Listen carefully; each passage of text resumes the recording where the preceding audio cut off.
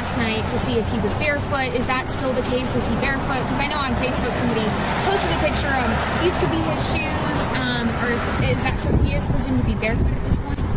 What I can say is that his mom says all of his shoes are accounted for at the house. I'm not going to say that he's barefoot. All right. Allegedly! Hello everyone and welcome back to my channel. This is Lady Freedom here coming at you with another raw narrative. Here's a brief disclaimer for tonight's show. Let's watch. That's ignorant!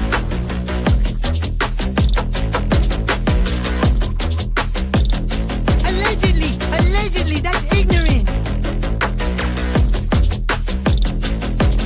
Ignorant.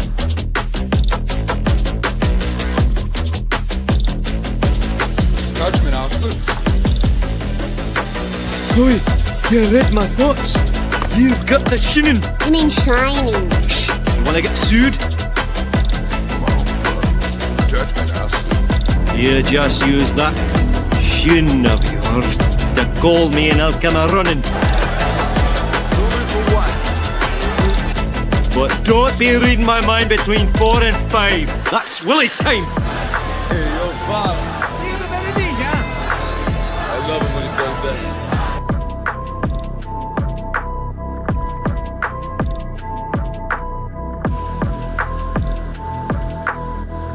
Let's watch.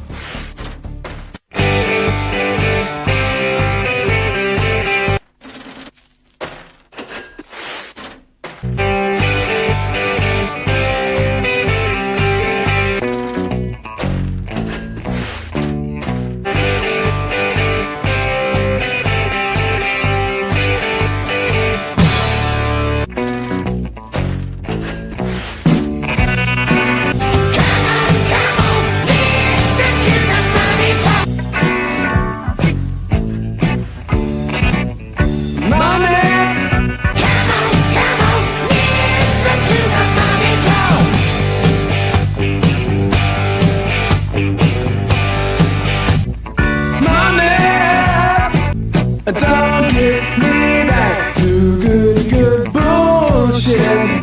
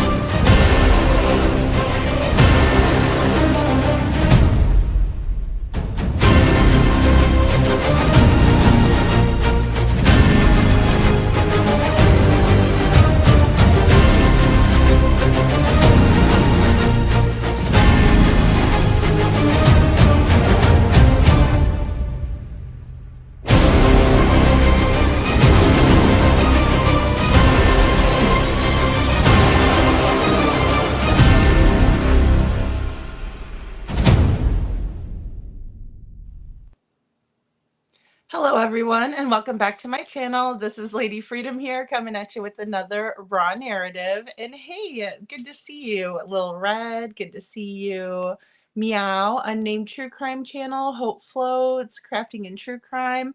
I know it's been a busy night and I was actually over at Justin's live.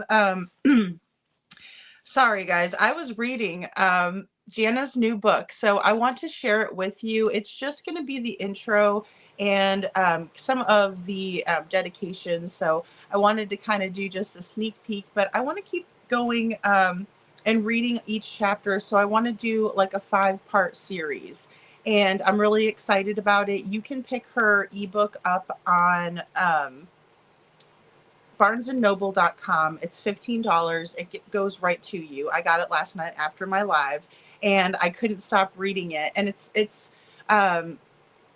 just beautifully written, very smart, and I can't wait to get through all of it, because it's just one of those books that you can't really put down. So I hope you enjoy it. I want to start with that, but then I also took a bunch of notes from Justin's, and then I pulled in a video of Sebastian on an excavator, and I even got the right word for excavator, because it's kind of hard. I always have to kind of like look up things like that, because I have no idea what the heck that machine is. Sorry guys, I was writing. But either way, I want to just go ahead and start out with Jana's story, which is her sister Crystal's story.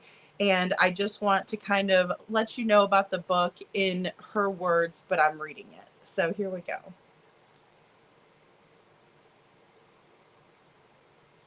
Hello everyone, and welcome back to my channel. This is Lady Freedom here, coming at you with another raw narrative. Today we are going to read the true story of the case of Crystal McCrory Jones, Justice Denied, A Sister's Fight for Justice, the First 2 Years, by Jana Laudigar. We all know this amazing woman as our friend Jana.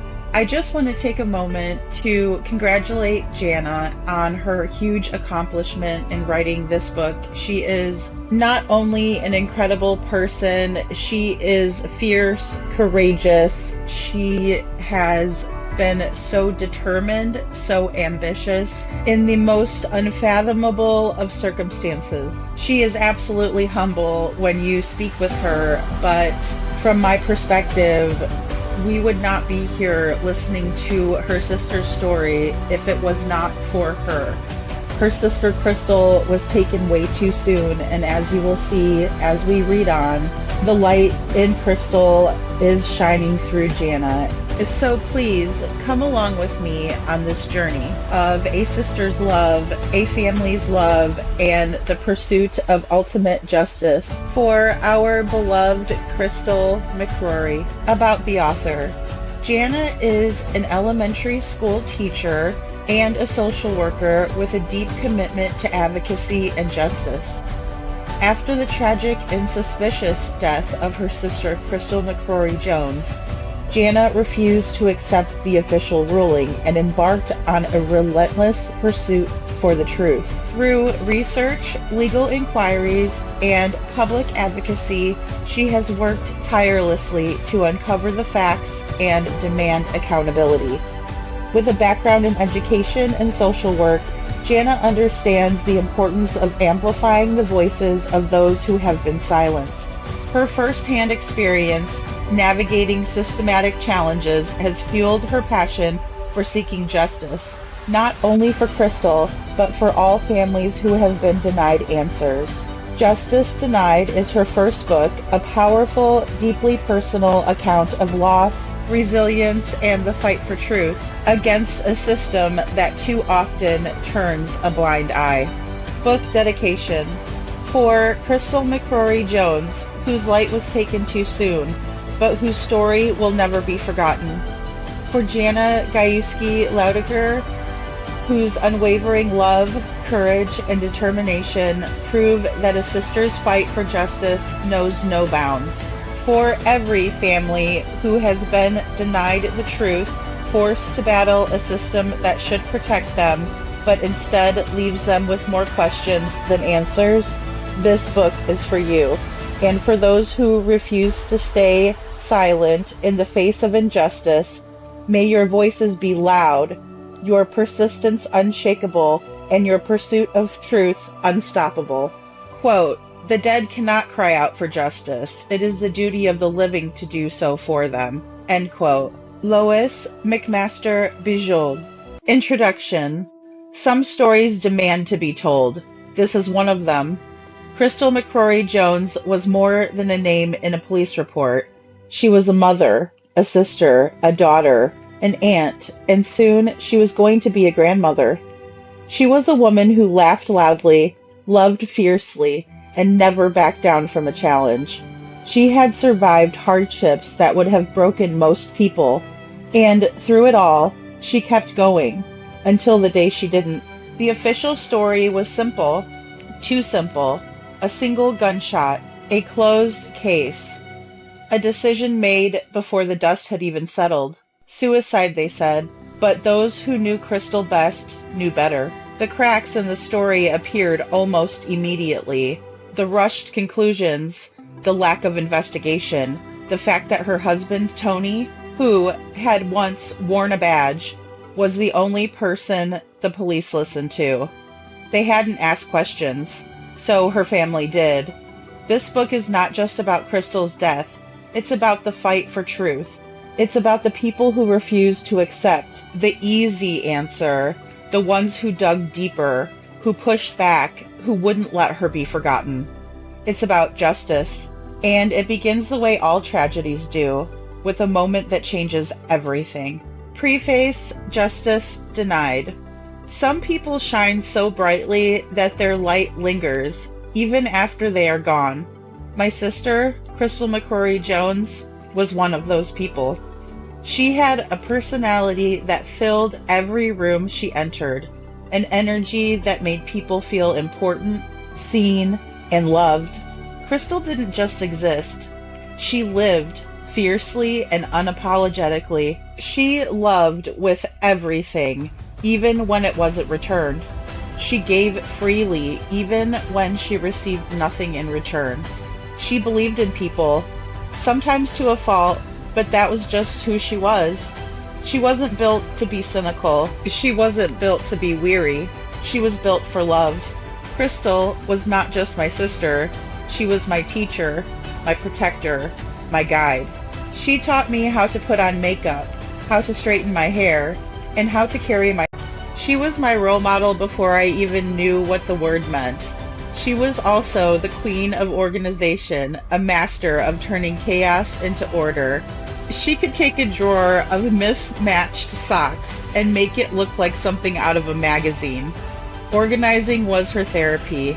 It was the way she created control in a world that often felt unpredictable. She was also a hardworking, dedicated professional. As an insurance agent, Crystal didn't just sell policies.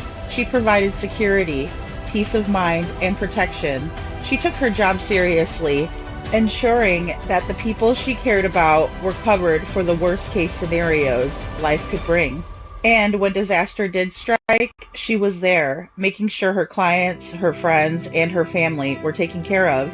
She understood the importance of preparation, even when the people around her didn't. It was the sense of responsibility that made her such an asset to her employers and such a blessing to those who depended on her. But Crystal's life was more than just work. She was a mother above all else. Her two boys, Corbin and Mason, were her world. Every decision she made, every sacrifice, every move across state lines, it was always for them. When she married a Marine and found herself raising her sons alone while he was deployed in Iraq, she didn't falter. She did what she always did.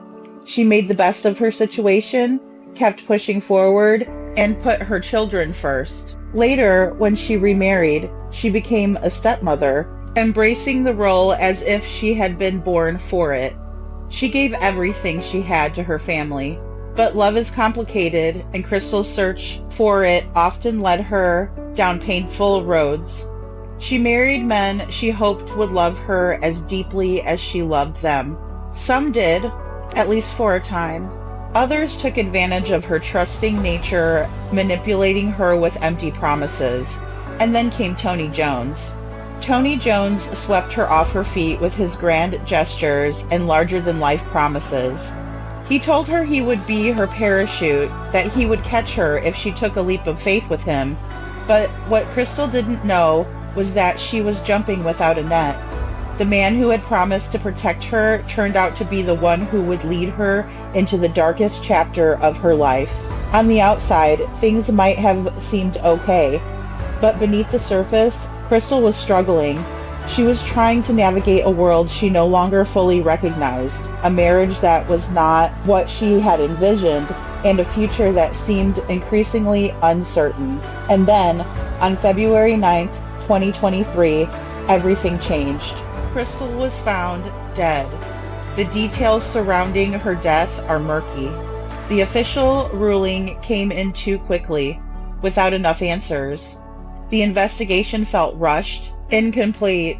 Too many questions were left hanging in the air, and too many of us who loved her were left grappling with the overwhelming sense that something wasn't right, because it wasn't right.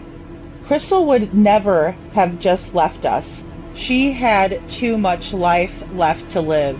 She had plans, dreams, goals. She had just finished coursework to advance in her career.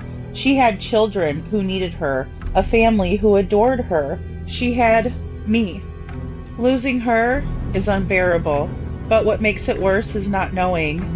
The feeling that the truth is just beyond our reach, locked away behind silence, unanswered questions, and a system that failed to fight for her the way she fought for everyone else. This book is about Crystal's life, but it's also about the injustice of her death. It's about the holes in the investigation, the inconsistencies in the story, and the battle our family has been forced to fight just to be heard.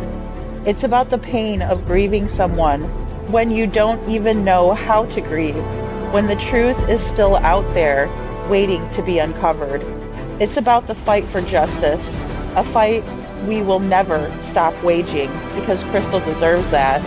I wish this was just a book about my sister's vibrant, beautiful life.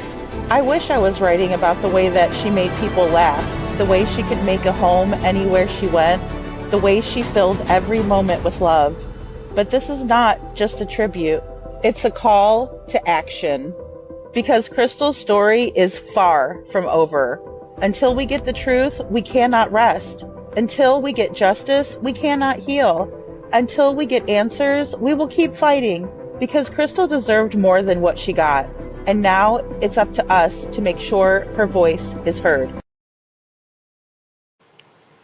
Okay, guys, so that was the beginning of Crystal's story. And the reason why Jana wrote her story, right? Because she wanted her sister's story to get out. It was mishandled, and I saw that in their little red. And thank you so much.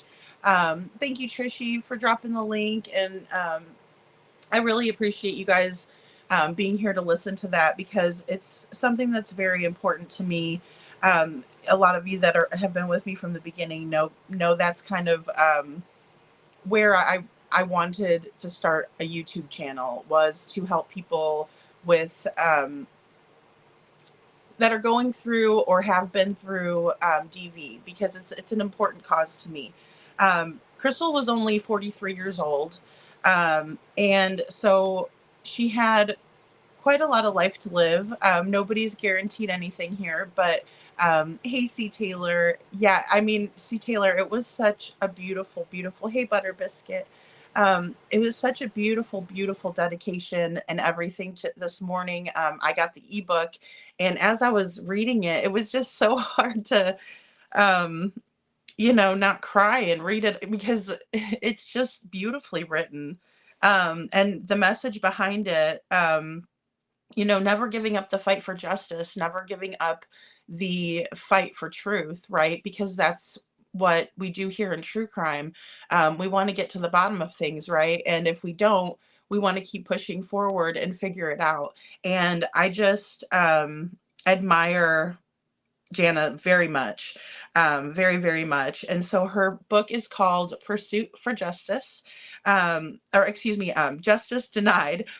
I put Jana in Pursuit of Justice, and then of course I read that wrong. So, but her book is called Justice Denied, and I'm going to put the links in the description of tonight's live, but I'm also going to put everything in all of the series that I read, right? Because I only did the beginning that you all heard just now, and then I read chapter 1. Chapter 1 is very riveting. If I didn't need sleep so badly, I would have read at least 5 chapters for you guys because it's just so awesome. I was able to kind of like thumb through it, and see kind of how I wanted to present it to you all.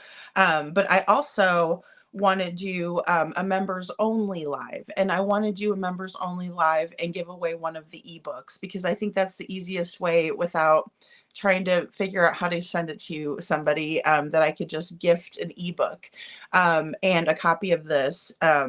It is just amazing. And then, all you do is download the Barnes and Noble app and you read it off of there. That's what I was reading it off of.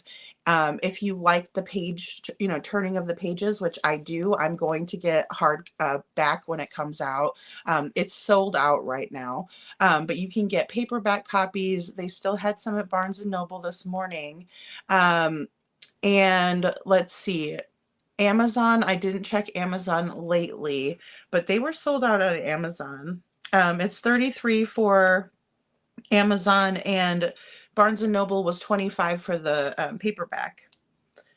But yeah, see, and this is it. I just read it like right off of like a Nook or whatever. You know how they used to have those, or like the Fire.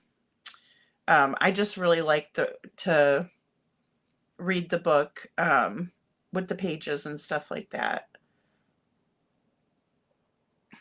And of course, I could always set a copy here, and if I do a paperback, it just doesn't work as well. And but I'll definitely send out all of the links.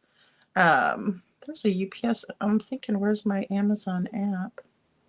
Sorry, guys, I don't use this phone a lot for regular use. It's usually just oh, there we go, Amazon. And but I'll put all the links so that way you can, if you want to go look and see. But I wanted to do at least a few chapters, get you guys excited about it, get into the story a little bit.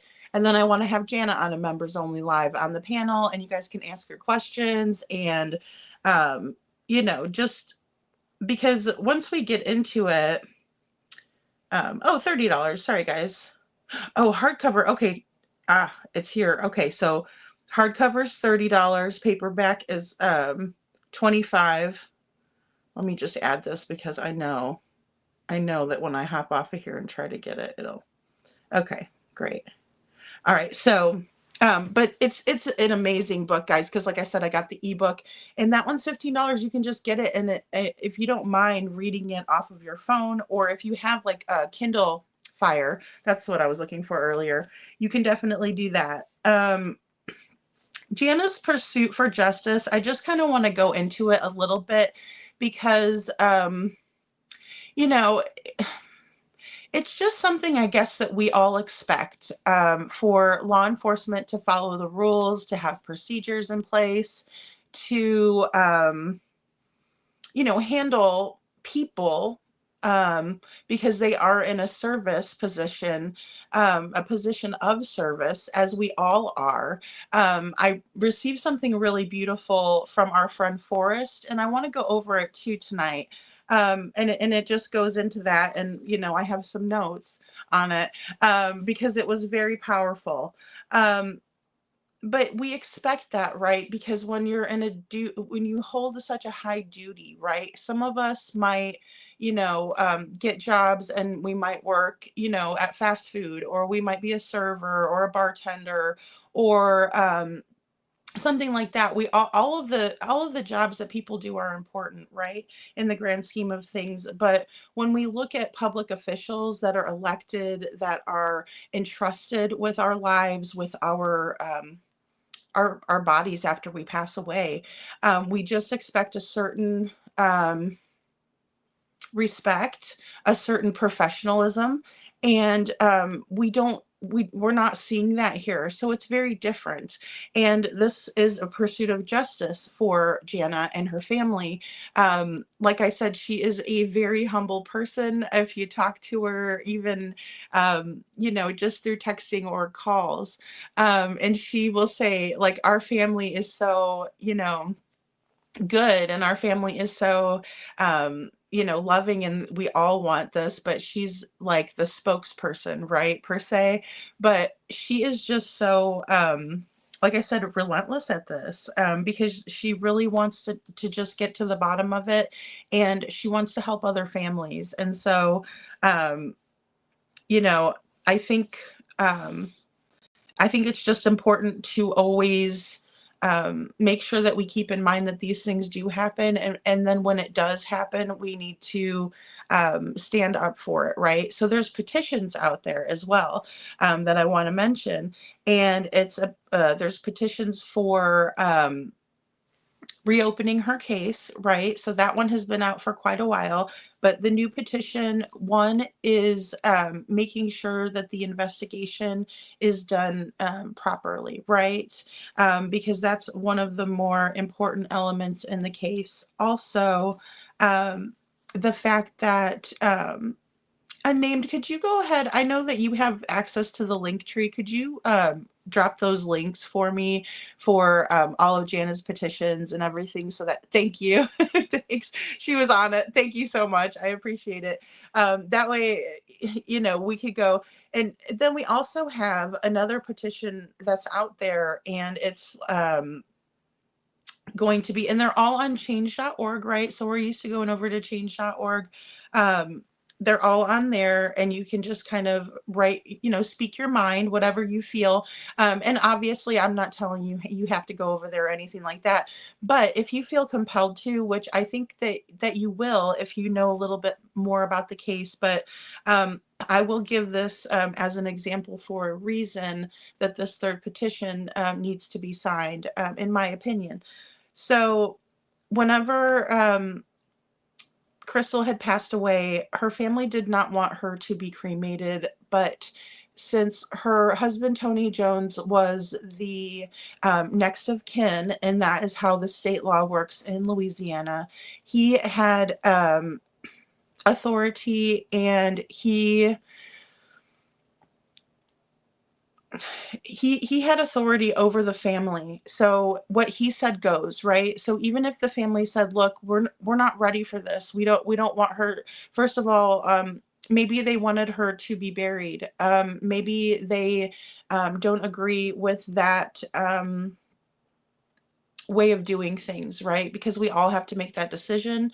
Hate to be grim on a Saturday night.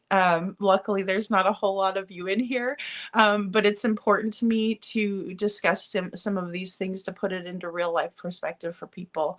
And so, because especially if you're in this situation like this, and you're giving authority to a person that you shouldn't, somebody that you should never trust. I mean, looking back on Crystal's story, excuse me, looking back on Crystal's story, Tony never should have been trusted with that level of responsibility or care, because he had no compassion, right? He did not,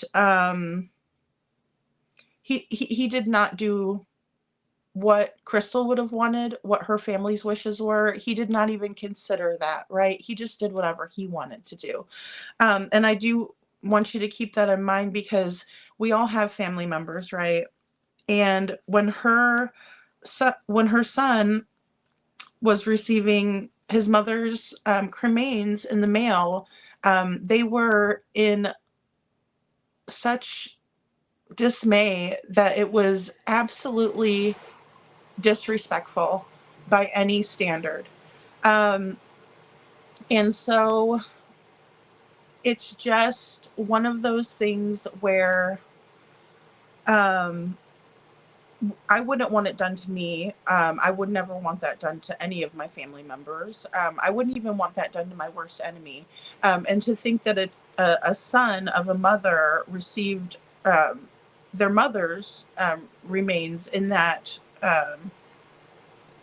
disgusting way, I think it should create outrage, because if one person's allowed to do that, right, then it could happen to any of us. It could happen to any of our family members. And so I think that's like really important to remember. So if you go over and you read what Jana wrote on change.org, it will tell you, sorry guys, like I said, I was reading all morning, and then I was like, oh, I don't like that. And then I had to redo it. So Sorry about that. I am I need cough drops. Sorry. But either way, she explains it all and what you're signing, and what, the reason behind why she wanted to do that. So it's just a really worthy cause and worth checking out. Hey, Starflower, good to see you. Yeah, it's important to put your wishes in writing so no one can take, your last wishes. Exactly. Um, and really, even just deeper than that, giving somebody that much power over what happens to you after you pass away is just very, very risky. And it didn't just hurt, um, Crystal. It's the surviving members of her family that were so hurt by it, and they never deserve that. Nobody deserves that. That's like insult to injury, but times 1,000 for a son receiving his mother in that condition. Like I said, I wouldn't wish that upon anyone. And so I just think it's important to kind of recognize it and let our voices be heard and stand up against it, because I sure as heck don't want that happening to me. And it's goes back to also being very and she actually has two sons. Little Red, she has two boys. Yeah, and one of them was just going into the Navy. So he was serving in the Navy when this all happened. And then her other son is older, and he is the one that was about to have a grandbaby for her. And but her life was taken. And now the grandbaby is here. So that is wonderful. But Crystal's not here to, give him a hug, give him a kiss, give him everything and send him home to mom. She's not here to do that anymore. And her life was cut short, but whenever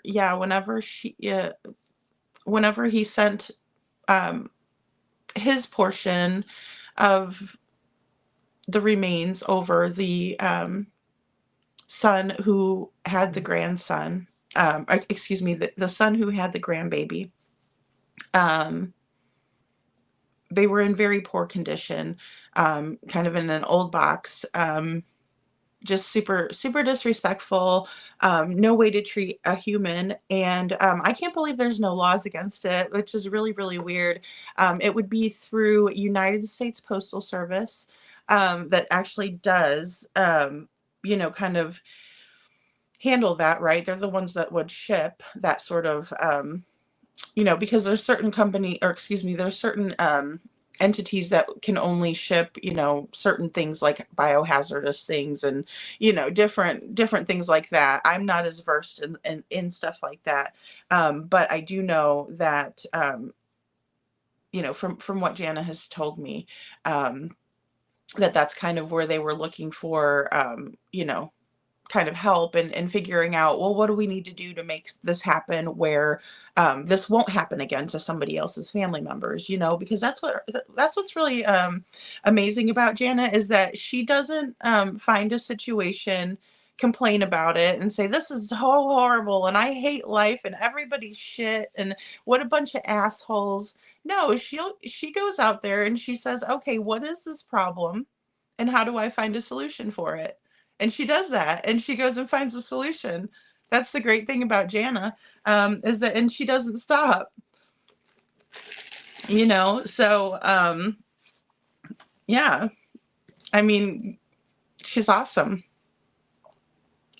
Yeah, they don't have shame or empathy, Starflower, and it's sad because, this is a person that we're expected to believe did this to herself, and there was no problems at their residence, that there was no problems in their relationship, but we're expected to believe that all of the things that he did, even after the fact, were just completely off and not right at all.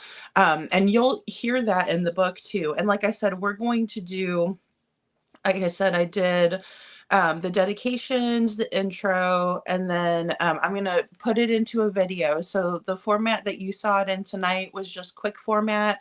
It takes a lot of time to get these things put together, but I'm going to make it kind of like a movie that goes along with the voiceover of reading the book. So it's just going to take a little bit longer to kind of put together, but I'm going to do that, of course, on my day off tomorrow.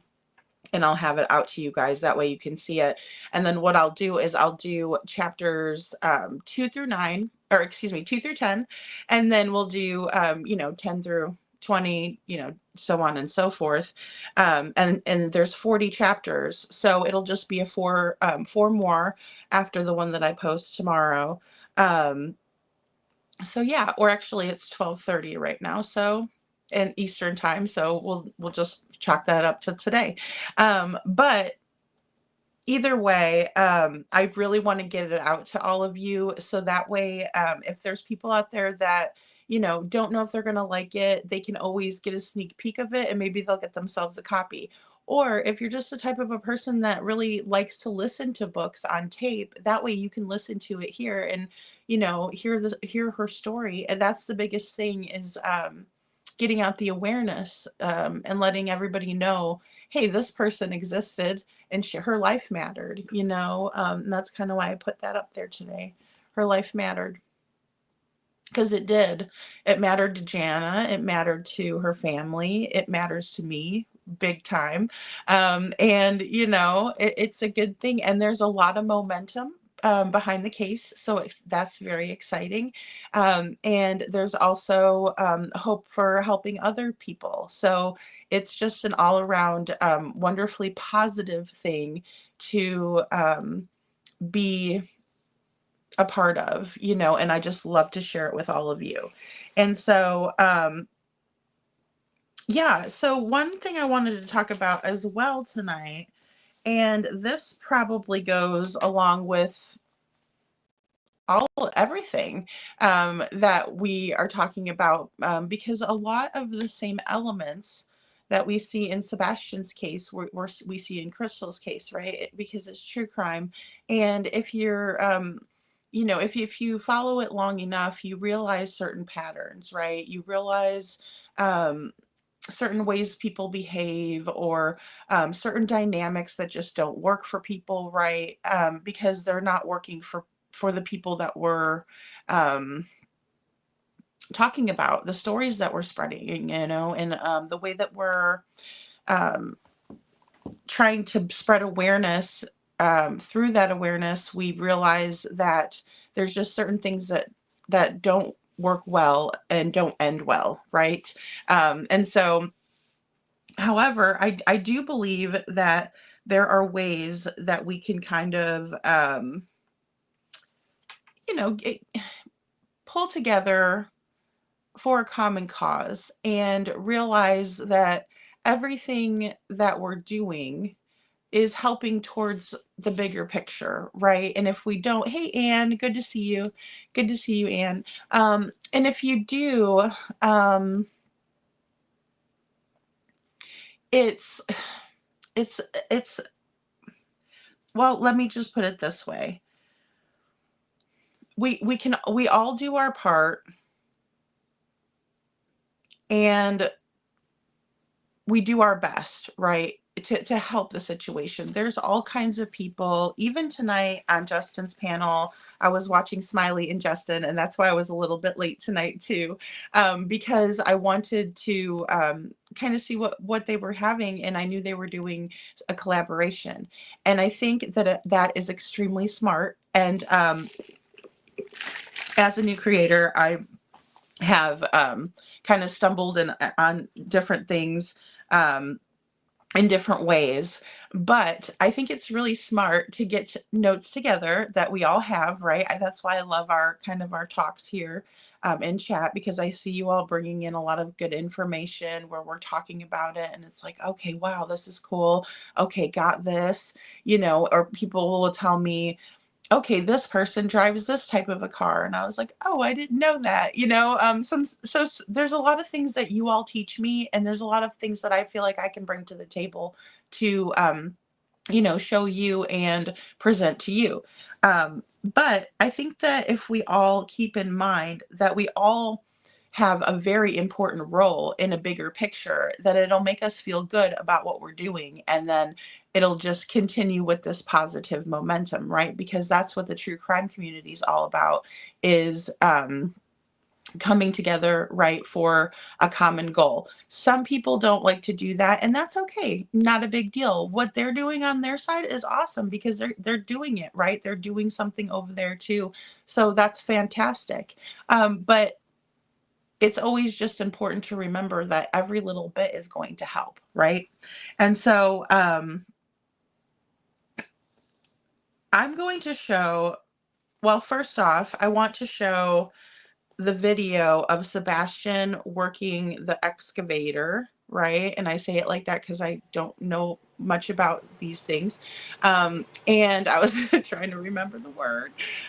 But he is operating this, and I want you all, I put it on a loop, right? And I kind of zoomed in on Sebastian.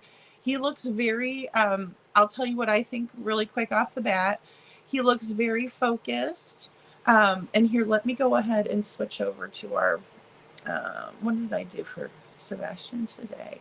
Oh, and we do have a press release. The video we watched the other night, this is a press release from Sunny Weatherford. And I know that we watched the news clip of Sunny Weatherford and the landfill search. What did I do? Did I just do?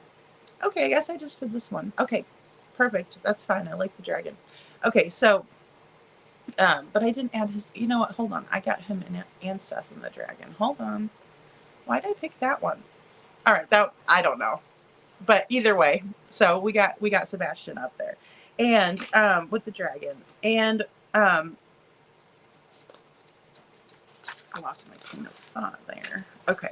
Oh, there's my other notes for that. Okay, so sorry guys. I'm just getting everything kind of together. Because I didn't clip anything up from Justin, because he was still alive when I left, because I kind of had to get over and upload the videos that I created and stuff like that today for you guys. And then I also, this is where Justin had this press release, which I was very grateful for, because I thought, oh my gosh, how cool is that? And it was right before I was leaving, and he just says, oh, I found this, I popped this up. And it was pertaining to what we were talking about yesterday, or excuse me, not yesterday, when we reviewed and studied Crime Time Buzz, and she was talking about what Sheriff Weatherford had said about the landfill search. And so this is, and I'm going to read it off to you guys, but this is what Justin had pulled up today. And I thought, this is wonderful, because this is in writing, right? And you can see I zoom in on it. But this is in writing. And it's just something that's very, very interesting. And I think that it's something that we can go back on and look and say, okay, well, this is what was said, and this is where, their heads were at this time. Just kind of trying to circle back and get a better view. So, but I wanted to show this because I have mixed reviews in my own own self mixed reviews, and I want to see what you all think of it. Yeah, press release. Yeah, press. Oh, good, Lil Red. And Unnamed says, glad you're gonna read it, because what, cross-eyed trying. Yeah, I can't read it from there either. I have to read it from my phone, which I have it on my phone. I had to send it over to myself on the other phone. Because it's small. I mean, I can read it if it's right here by me, but that's why I'll read it for you guys, because I know a lot of you guys drive, work, and you just have me on the background. So I always try to read things off. Hey, Crafting and True Crime, good to see you. Good to see you, my friend. Just me, good to see you. So, and welcome into everybody, guys. Sorry, I'm jabbering away here. I just had so much going on just these last couple days, and wanting to get everything.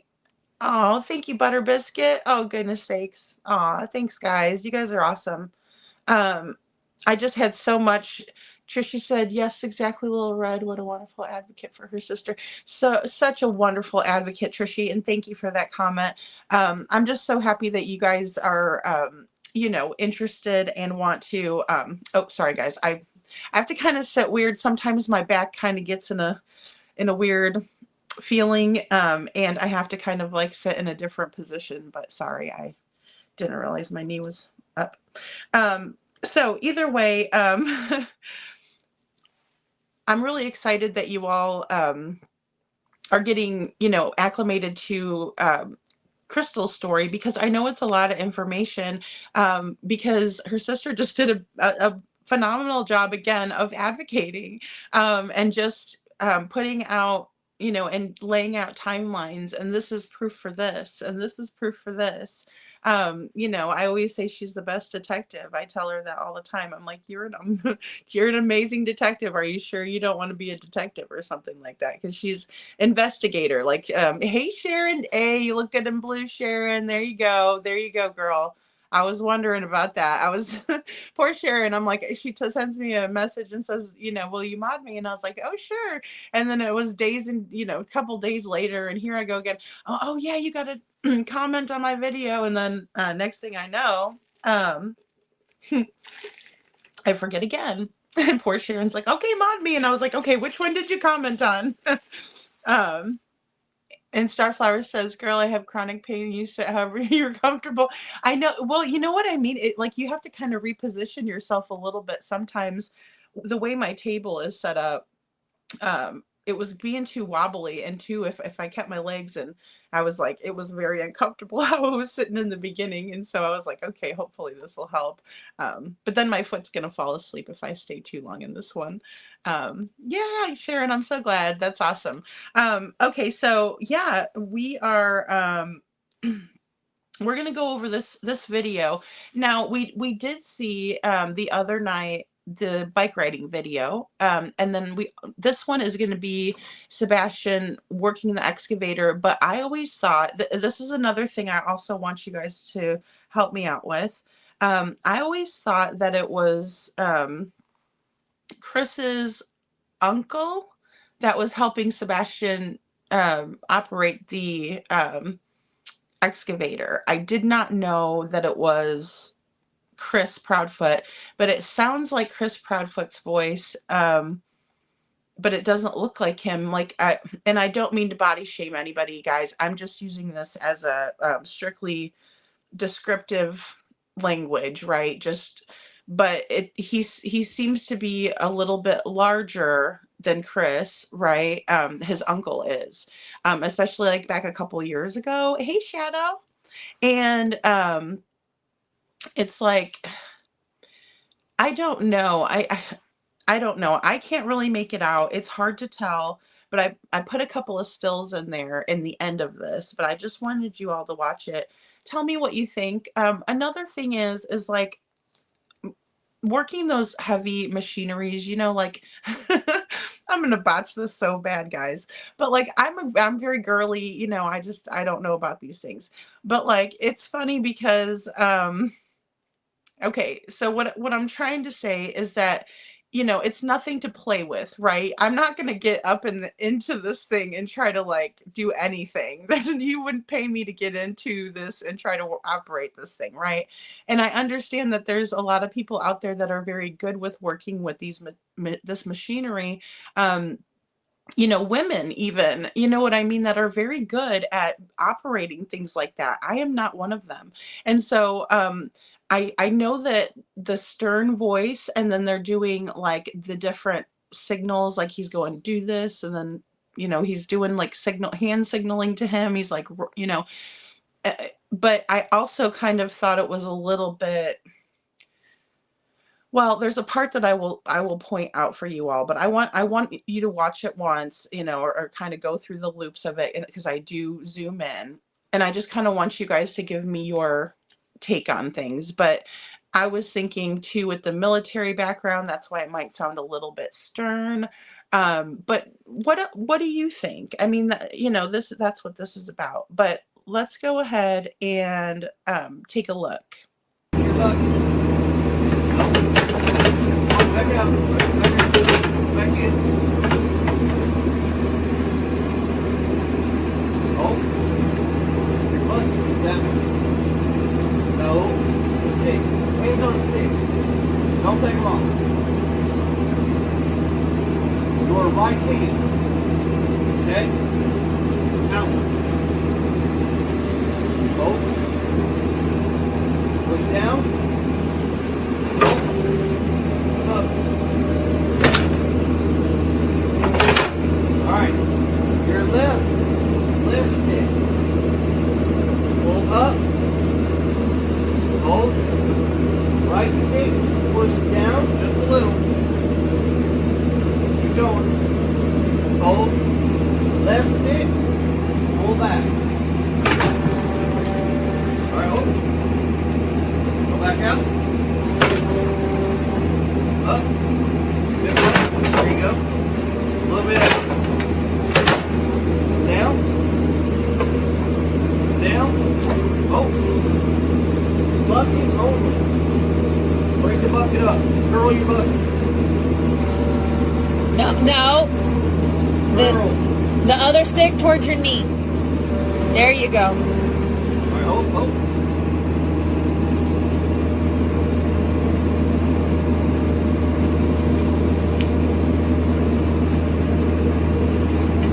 Your bucket. Back out. Back in. Hold. Your bucket. That way. No. The stick. Hands on the stick. Don't take long. Your right hand. Okay? Outward.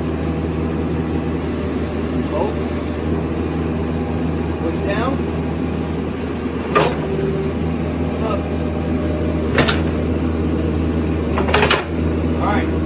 Your left stick. Pull up. Hold. Right stick. Push down just a little. Keep going. Hold. Left stick. Pull back. Alright, hold. Go back out. Up. Step up. There you go. A little bit out. Down. Down. Oh. Bucking only. Break the bucket up. Curl your bucket. No. Curl. The other stick towards your knee. There you go. All right, hold.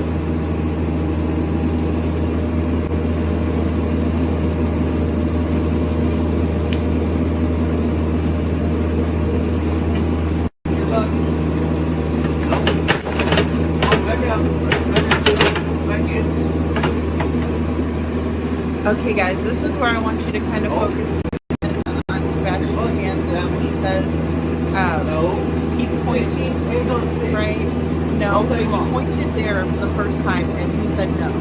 Your And then right Sebastian hand. pointed to the other button. Okay? And then he's like, no, the other one, keep your hands on. Hold. And it just kind of, Push down. I mean, he had it going. I just kind of wanted to point that out. Alright. Your left stick. Pull up. Hold. Right stick. Push down just a little. Keep going. Hold. Left stick. Pull back. Alright, hold. Go back out. Up. Step up. There you go. A little bit out. Down. Down. Oh. Bucking only. Break the bucket up. Curl your bucket. No. Curl. The other stick towards your knee. There you go. All right, hold.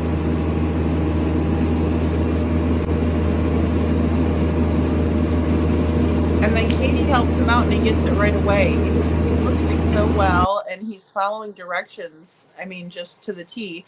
Now, this is where I did a close up a little bit and I can't really tell if that's Chris. That doesn't look like Chris to me. And this was, a few years back when he was, again, not body shaming, but a little bit, more trim. We all, as we age, get a little less trim, I mean, it's just the fact of life.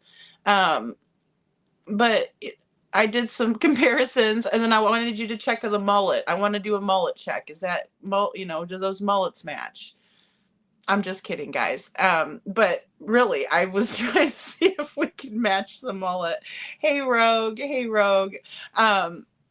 It doesn't look like Chris to me. It looks like his family member. And I had to take the banner off because I realized when I cropped it up before, it was a big photograph, and the bottom headline said, "Did Sebastian get SA'd?" But it said the M word. And I was like, oh my gosh, and I totally forgot that's where I snapped it from until I snapped it, until I undid the crop today. And I was like, oh my gosh, Rogue, I got to make light of some of it. It's just so sad to see him there. It's hard to see. Now because this photo has been out for a long time. We've seen this photo. I mean, it's been out since the very beginning because I mean, it was way back into my phone. And so, hey, Kelly, good to see you. Good to see you tonight. Yeah, they look alike. They look a lot alike, Loretto. They do. But I think he was a lot less, bulky back in the day, in my opinion. So I was like, well, I wanted to see what you all think because, Sharon says that's Chris. Name says that's Chris.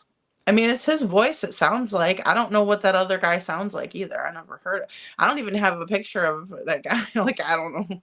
I don't really know, you know what I mean? But when I always looked at that and I was like, that's not Chris because he looks bigger, and then are you thinking it's not Chris? Yeah, I'm thinking it's not Chris Shadow. And so I was like, I don't know, is it? What do you guys think?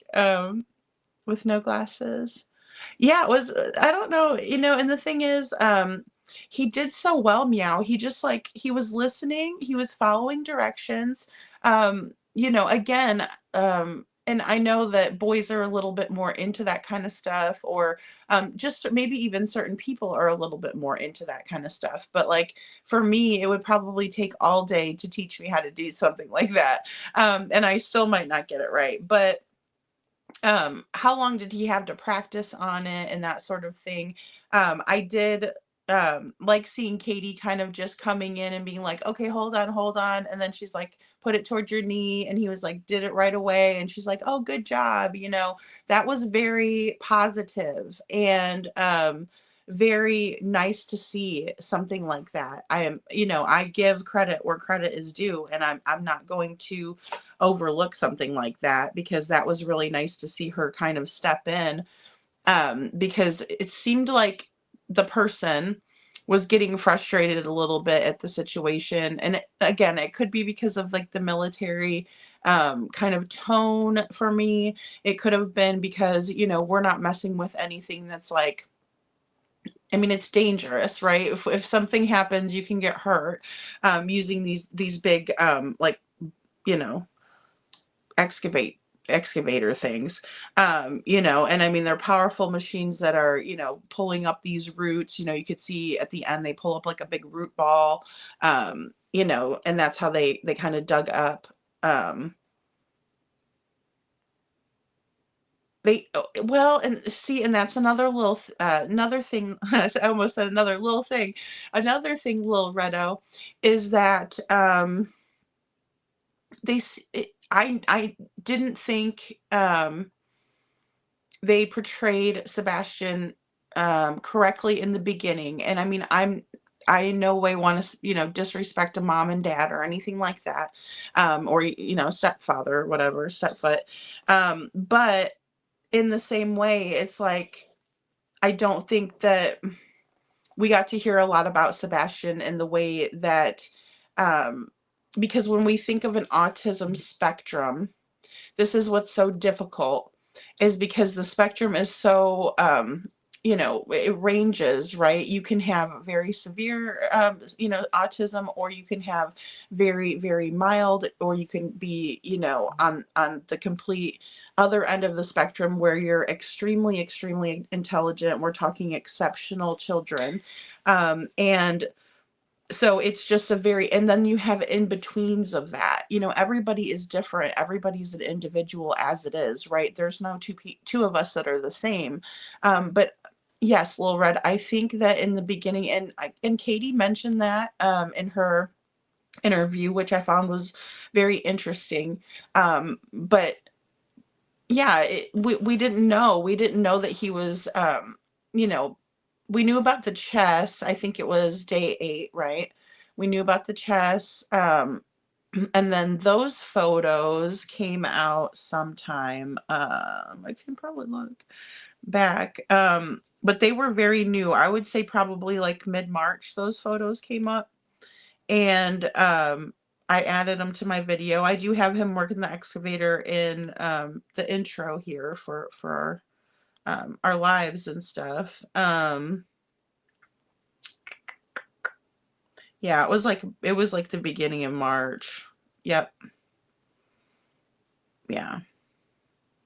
So, or excuse me, not the beginning of March. It was probably towards the end of March. Just based on like what I have in my phone here. Either way, it was nice to see them giving Sebastian a shot to succeed, right? Because we need that as we're growing up, to learn and things like that. He's following directions so well, Shadow. I was so impressed. I really was, because like I said, those machines are very difficult to operate. They really are. Yeah, I'm not sure. Yeah, I'm not sure, Rogue. I wanted to look and see, but then I was like, oh, that's kind of taking it a little bit. So I figured you guys could probably tell me if it is or not. But I was like, I'm not gonna go looking for a picture of this guy. And, I'm like, if he's helping Sebastian learn how to do the excavator, I don't know that I wanna, go looking around or poking around or whatever. But I try to try not to do that. But I am curious, because I always just thought that was like one of his, I thought that was his uncle. I did, from the beginning. I did. And I usually would crop him out, you know what I mean, and just put Sebastian in there. So C. Taylor says Sebastian was probably over it after a few minutes, and my dad showed my sons how to operate his when they were young, and they liked it, but got bored pretty quickly. Yeah, I could see that happening too, Sebastian doesn't look like he's like overly excited about it, but he looks like he's definitely taking it seriously and, focusing in. And like I said, I was a little bit like bothered by the fact that there seemed to be some patience being lost there. And that was just my perception of it. But it seemed to me like, it's because Sebastian's like pointed to the stick. I guess they're called sticks. So you got these two, right? And this is not probably the best position, but you got the two gear shift things. And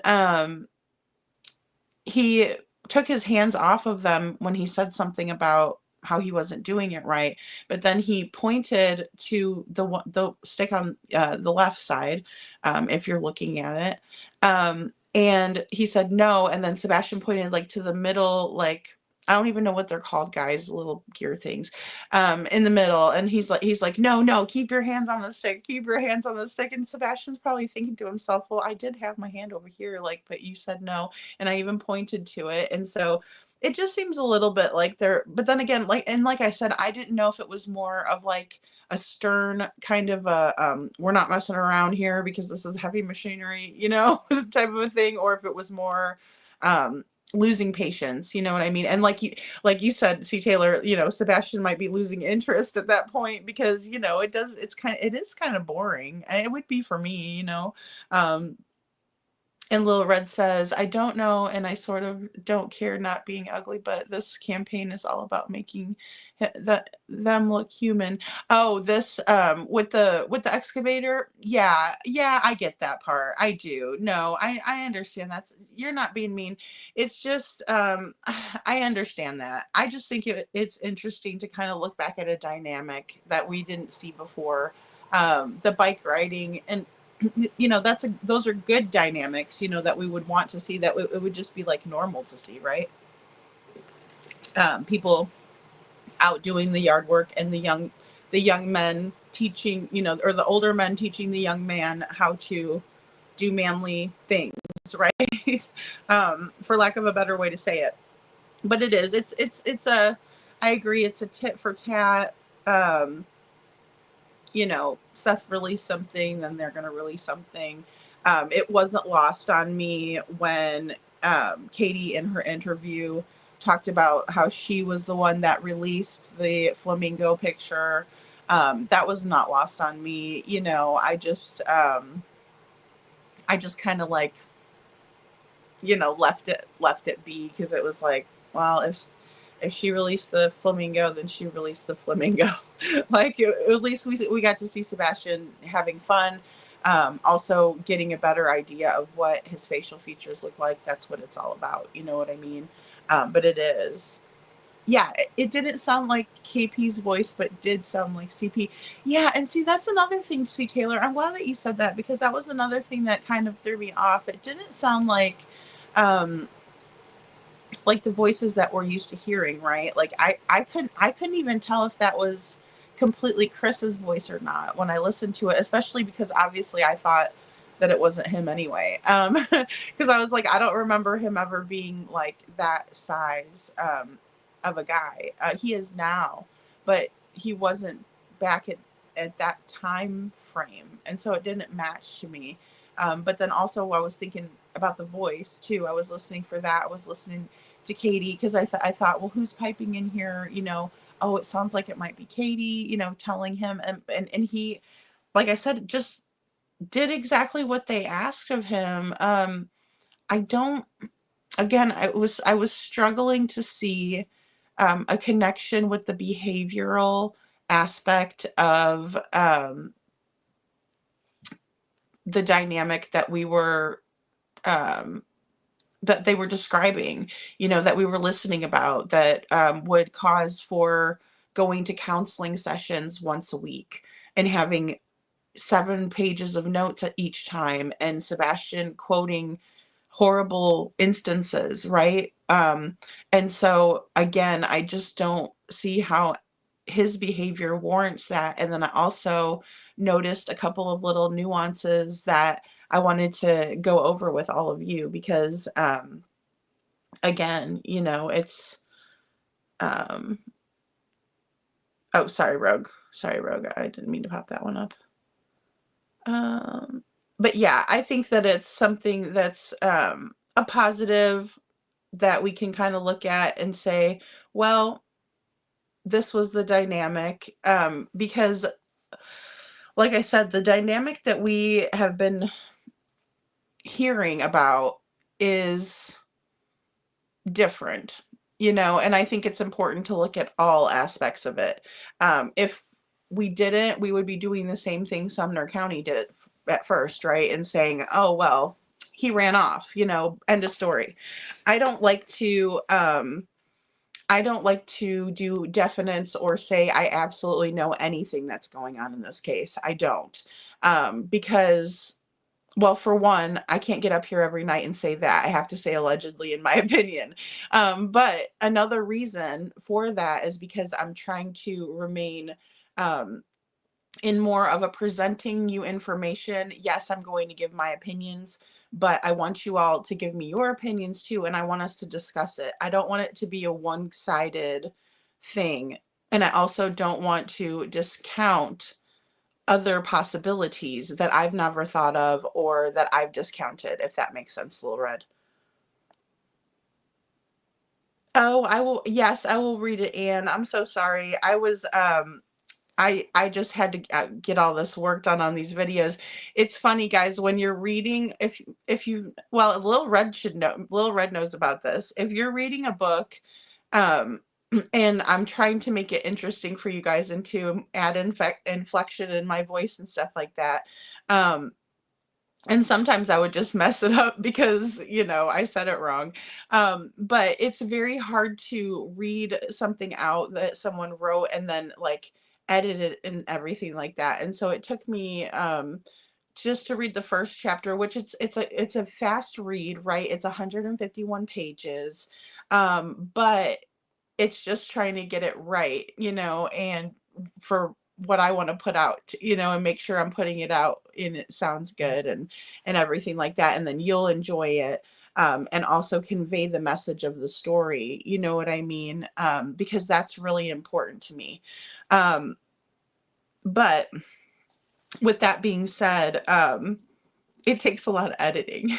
So I'm sitting there listening to me sing, I could probably recite the whole thing by now. I probably could have just got up here and recited it.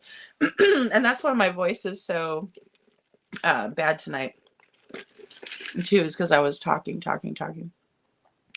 And Butter Biscuit says, I believe it's Chris. I don't think Bree's family would take interest in him to teach him things. Makes me wonder when Chris started seeing Sebastian as a problem. Yeah, Butter Biscuit. And I heard, see, and then another thing in the back of my mind when I think about that is that I did hear that like one of the uncles was kind of nice to Sebastian, and I just thought that was the one that was helping him. And I could be wrong. I just never knew that Chris was that fluffy. I thought that was the uncle that was fluffy. And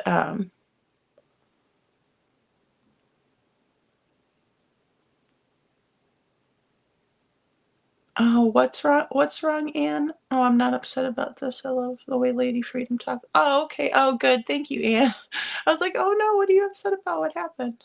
Sorry, guys. I can't always like read as much of the chat as I like to, but at least we have a small group tonight, so that's well, everybody's welcome, and the more the merrier, of course, always. But we have a smaller group tonight, so I'm able to see the comments as much. But thank you, Anne. Thank you so much. She says, I'm not upset but about this. I love the way Lady Freedom talks about the Sebastian Rogers cases at someone else's channel. Oh no, I'm sorry. I know there's a lot of negative stuff out there, and I know it's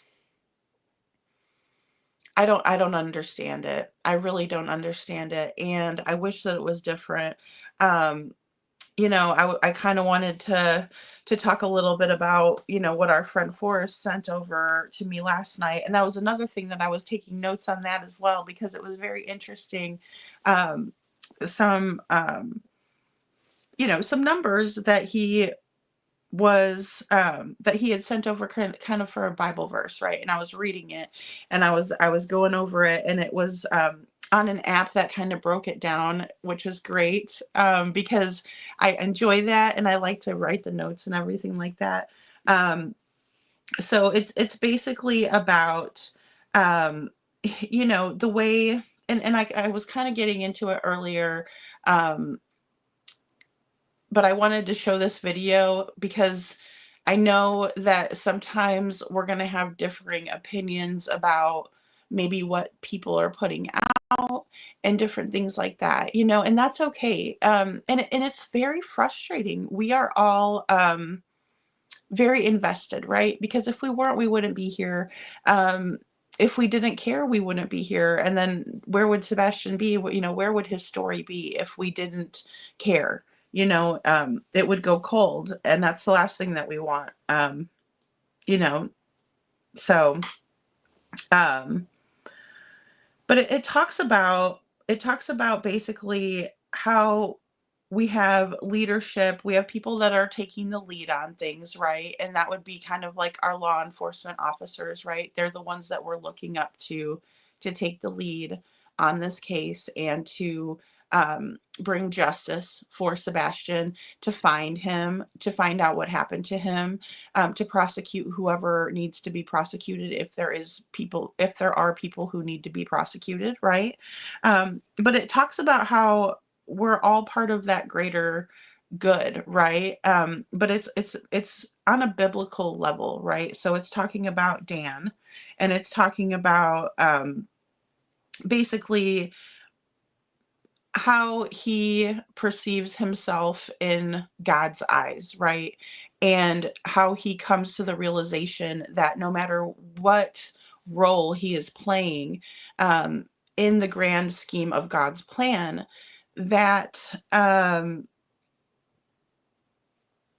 that everyone is important, and that he's important as well as everyone else, in terms of keeping order, maintaining that order, unity, and security. And I think those are really important um, things to keep in mind, especially in this case, because we've seen threats, because we have seen disorder, because we have seen division, because we have seen a lack of security. There are people who are getting followed, uh, bullied, harassed. It's ridiculous. But if we all take a look and say, what can I do, right, that's going to help out the greater picture, then at the end of the day, we can feel good about that, knowing that we're all a part of it, right? It's just like, one person might be focusing in on this aspect of things. Like, some of you are like so kick ass with the genealogy stuff that I'm just blown away by the skills. Some people are so great at super sleuthing and figuring out information, piecing things together. I'm always amazed by it. I think it's great, and I think it sparks great conversation.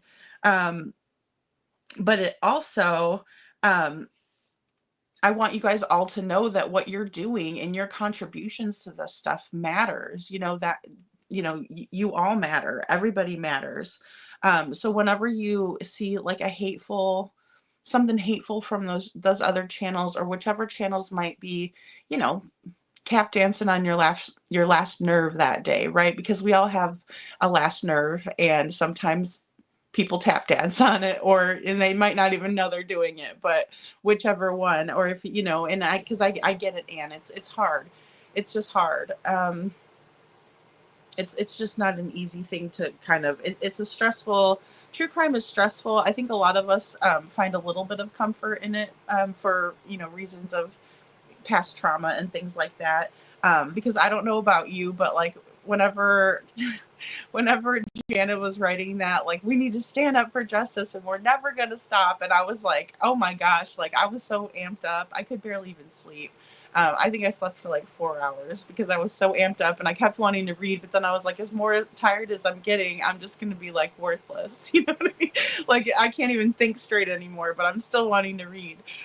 So it's, but I want it to sound good for you guys. But either way, like everything that we're all doing is very important, and everyone's contributions are significant. And then also, I want to emphasize the importance of unity, right? Like all of us being together. Like we might not always agree.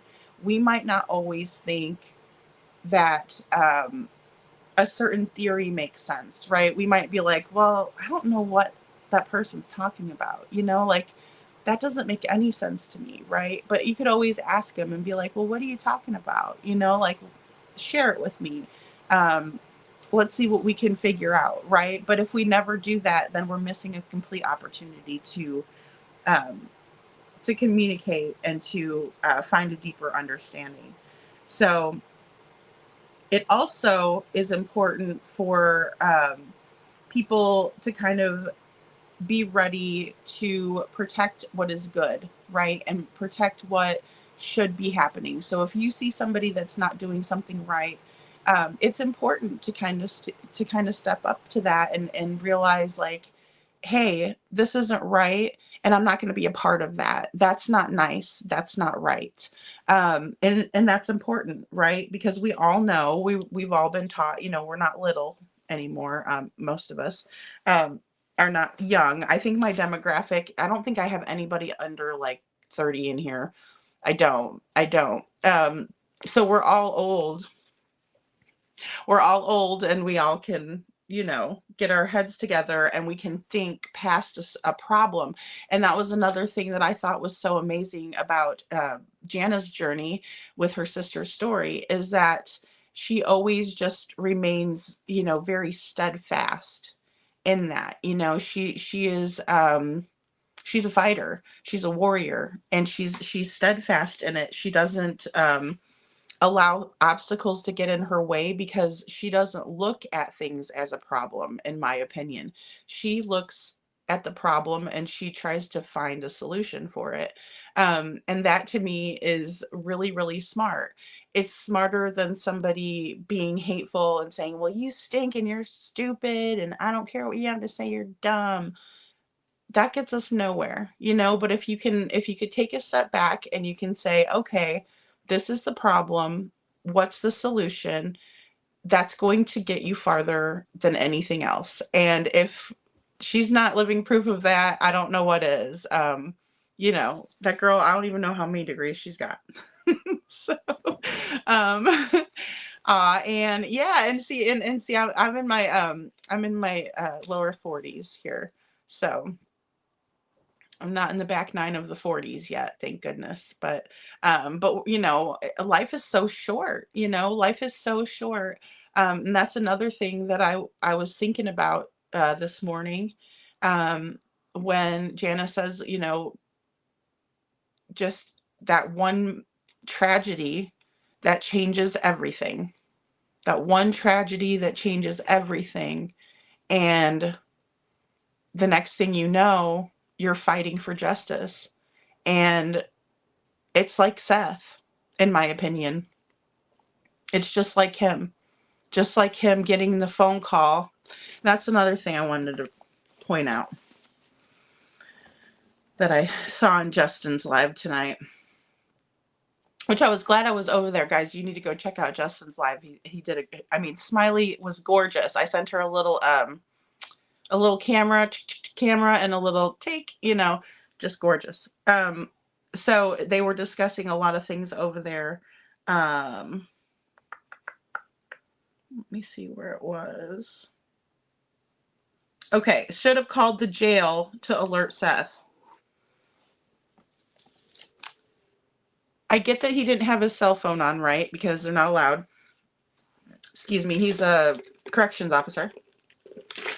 And excuse me, and his job is very dangerous. He's dealing with criminals, right?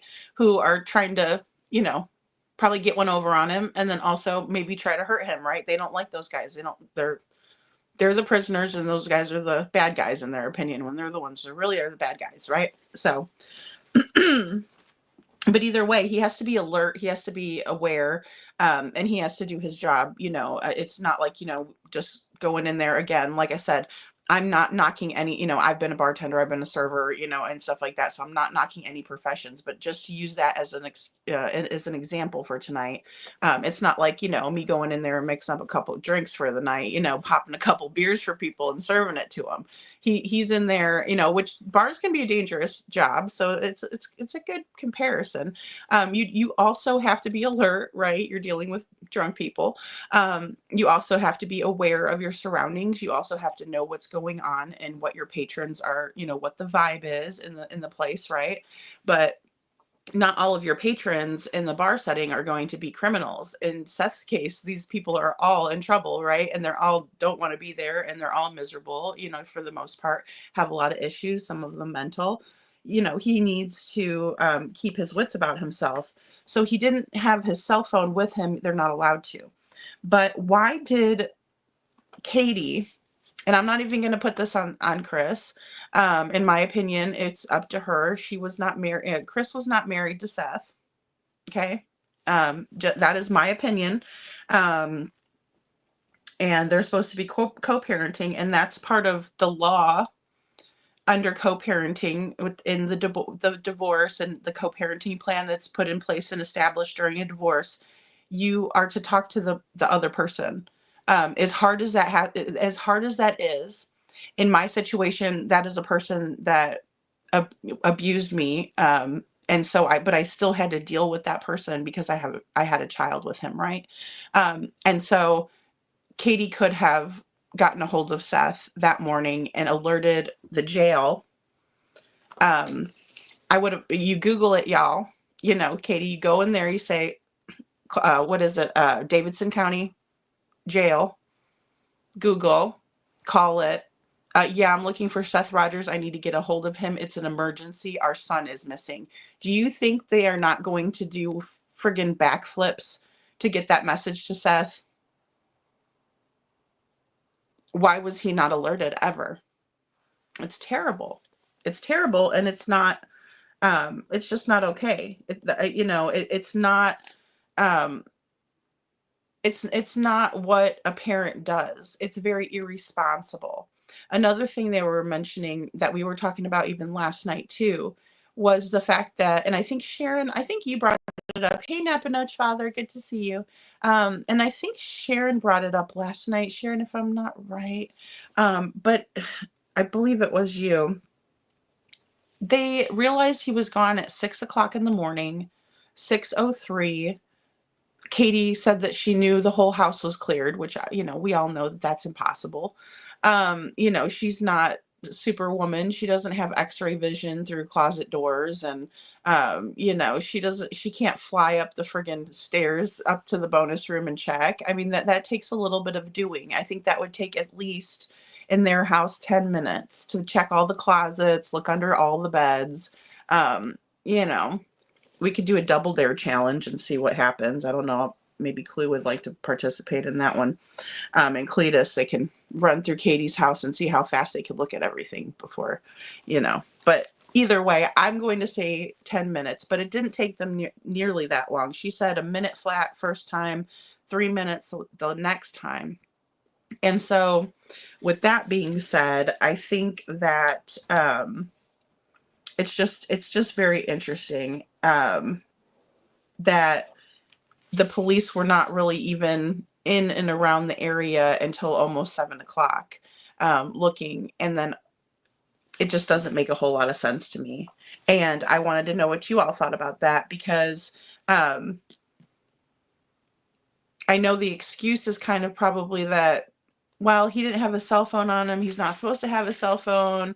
But he didn't have it, and that's why we were waiting to get a hold of him. I'd have called him right away. The first thing, because that's their kid together, right? I mean, am I wrong? What do you guys think?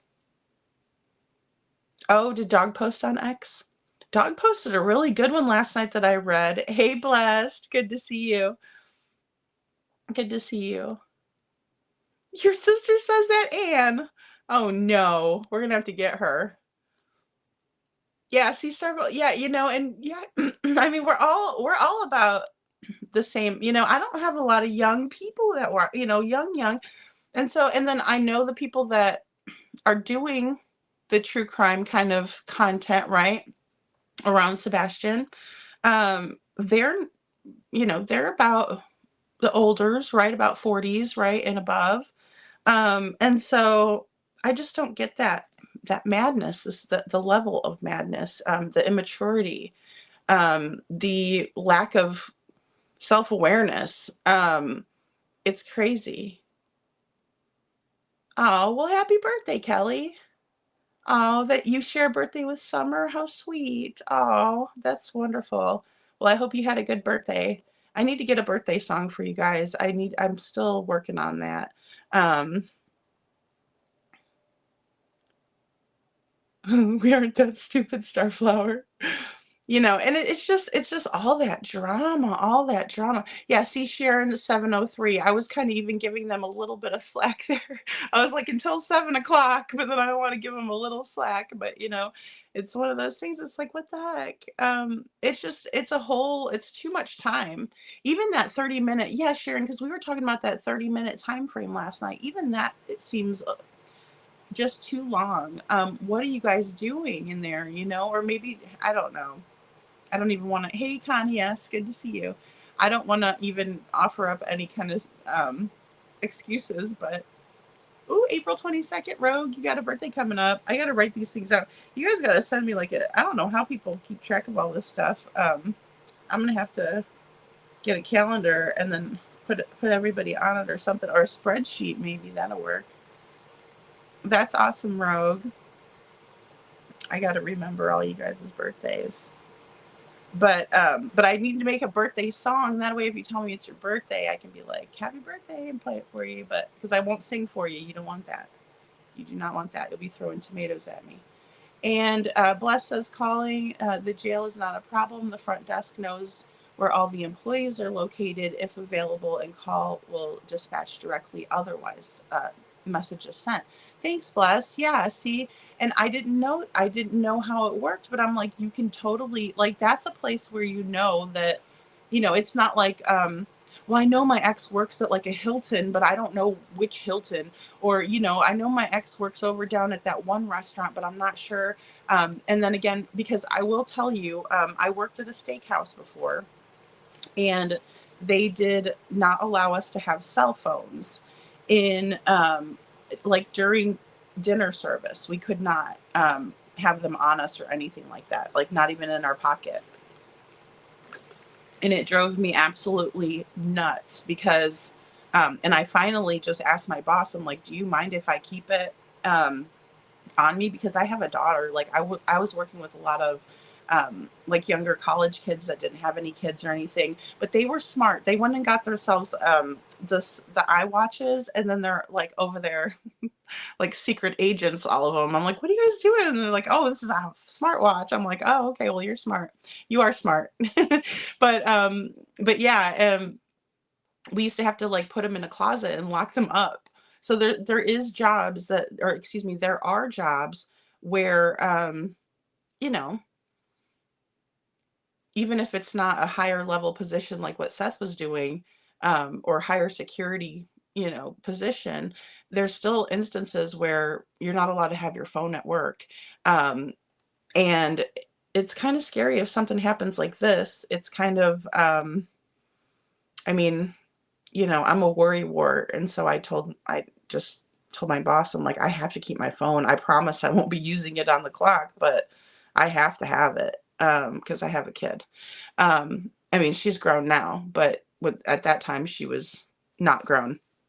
And so, and I was in a co-parenting situation. So, January 5th. Oh my gosh. Well, you missed, I said I missed your birthday, Miss Ann. I missed your birthday. I'm sorry. See, I need to make a little birthday song. And then that way, whenever, even if I miss you guys, I can always just play the birthday song for you. Well, Jay, I hope you had a wonderful birthday, Miss Ann. Yeah, guys, and I was working on that. Gosh, I had like a little 1 minute. It was just like a little 1 minute birthday song. But I don't know. I didn't want to put it up because I'm not good at singing. And then I was like, I was trying to find a happy birthday song, and it's a mess. But I will make one for you guys. Oh, Patrick Swayze, meow. That's a good birthday to share. That is a definite good birthday to share.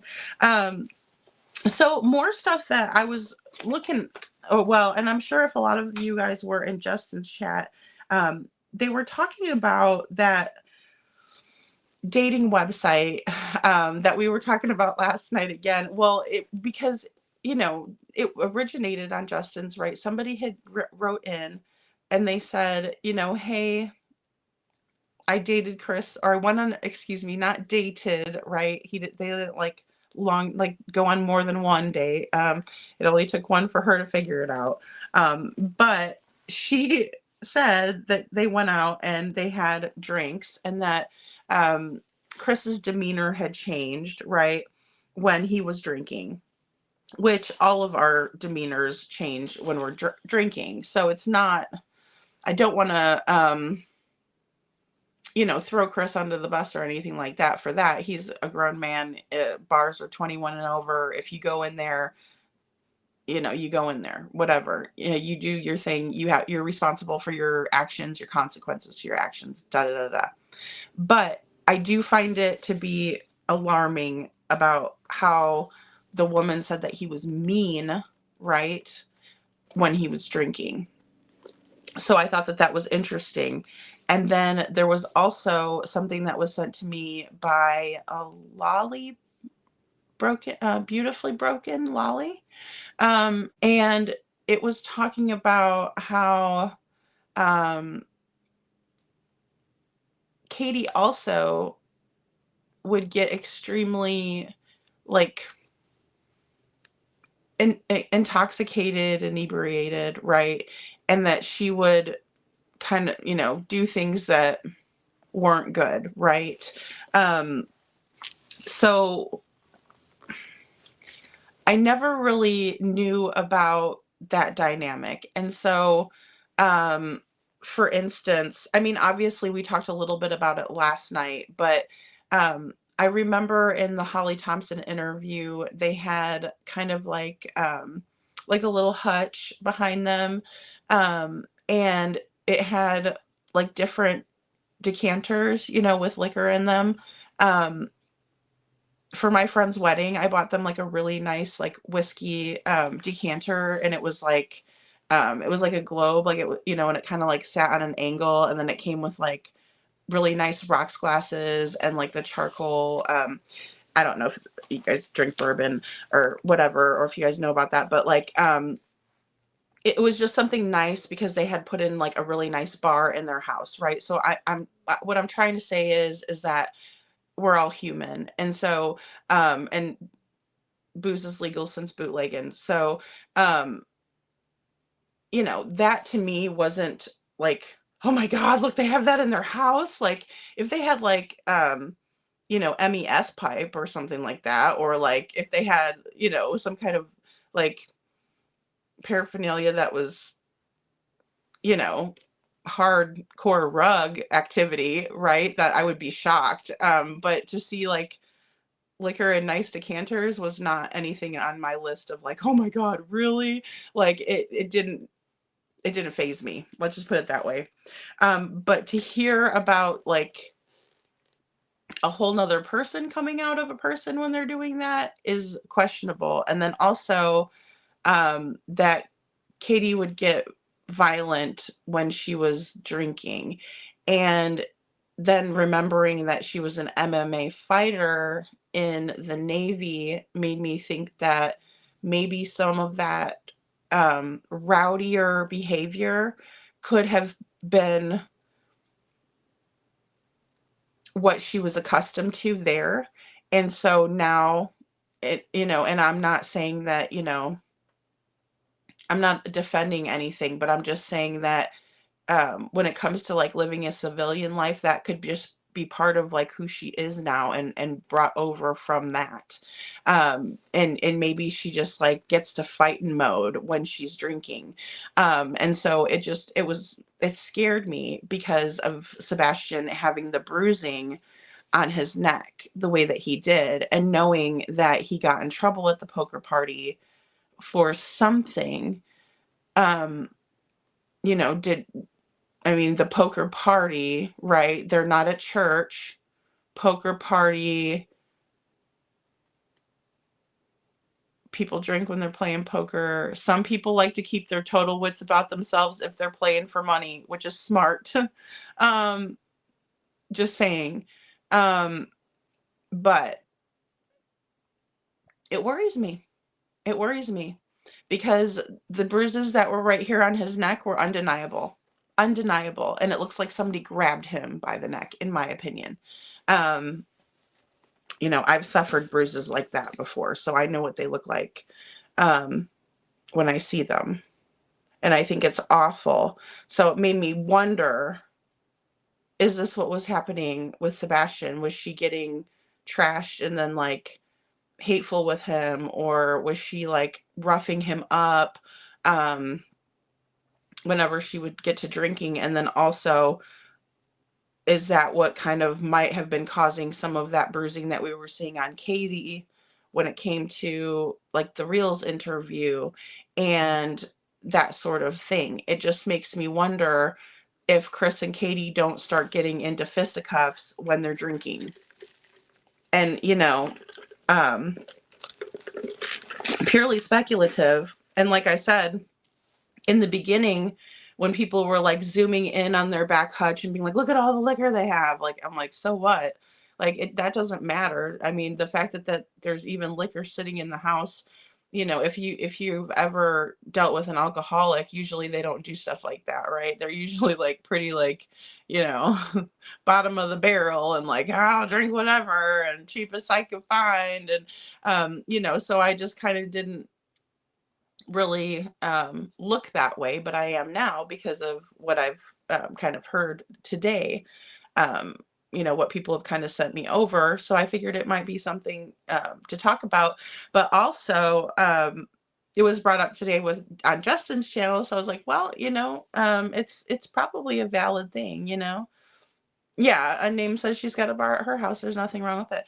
I honestly didn't think anything of it, and I kind of thought it was like reaching when other channels were doing that in the beginning, and this is before I was even creating, I think. But yeah, because it was like the first 8 days, and it was the Holly Thompson interview, and I didn't even.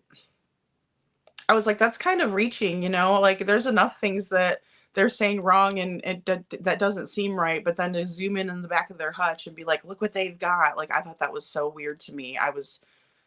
Well, and again, like I said, I had my friend had just gotten married like the June before that. And that's the gift that I gave them. So I was like, and obviously when I came over to their house, I was like, oh, cool. You got it out. You like it. I mean, it's, I don't know. It's about being an adult.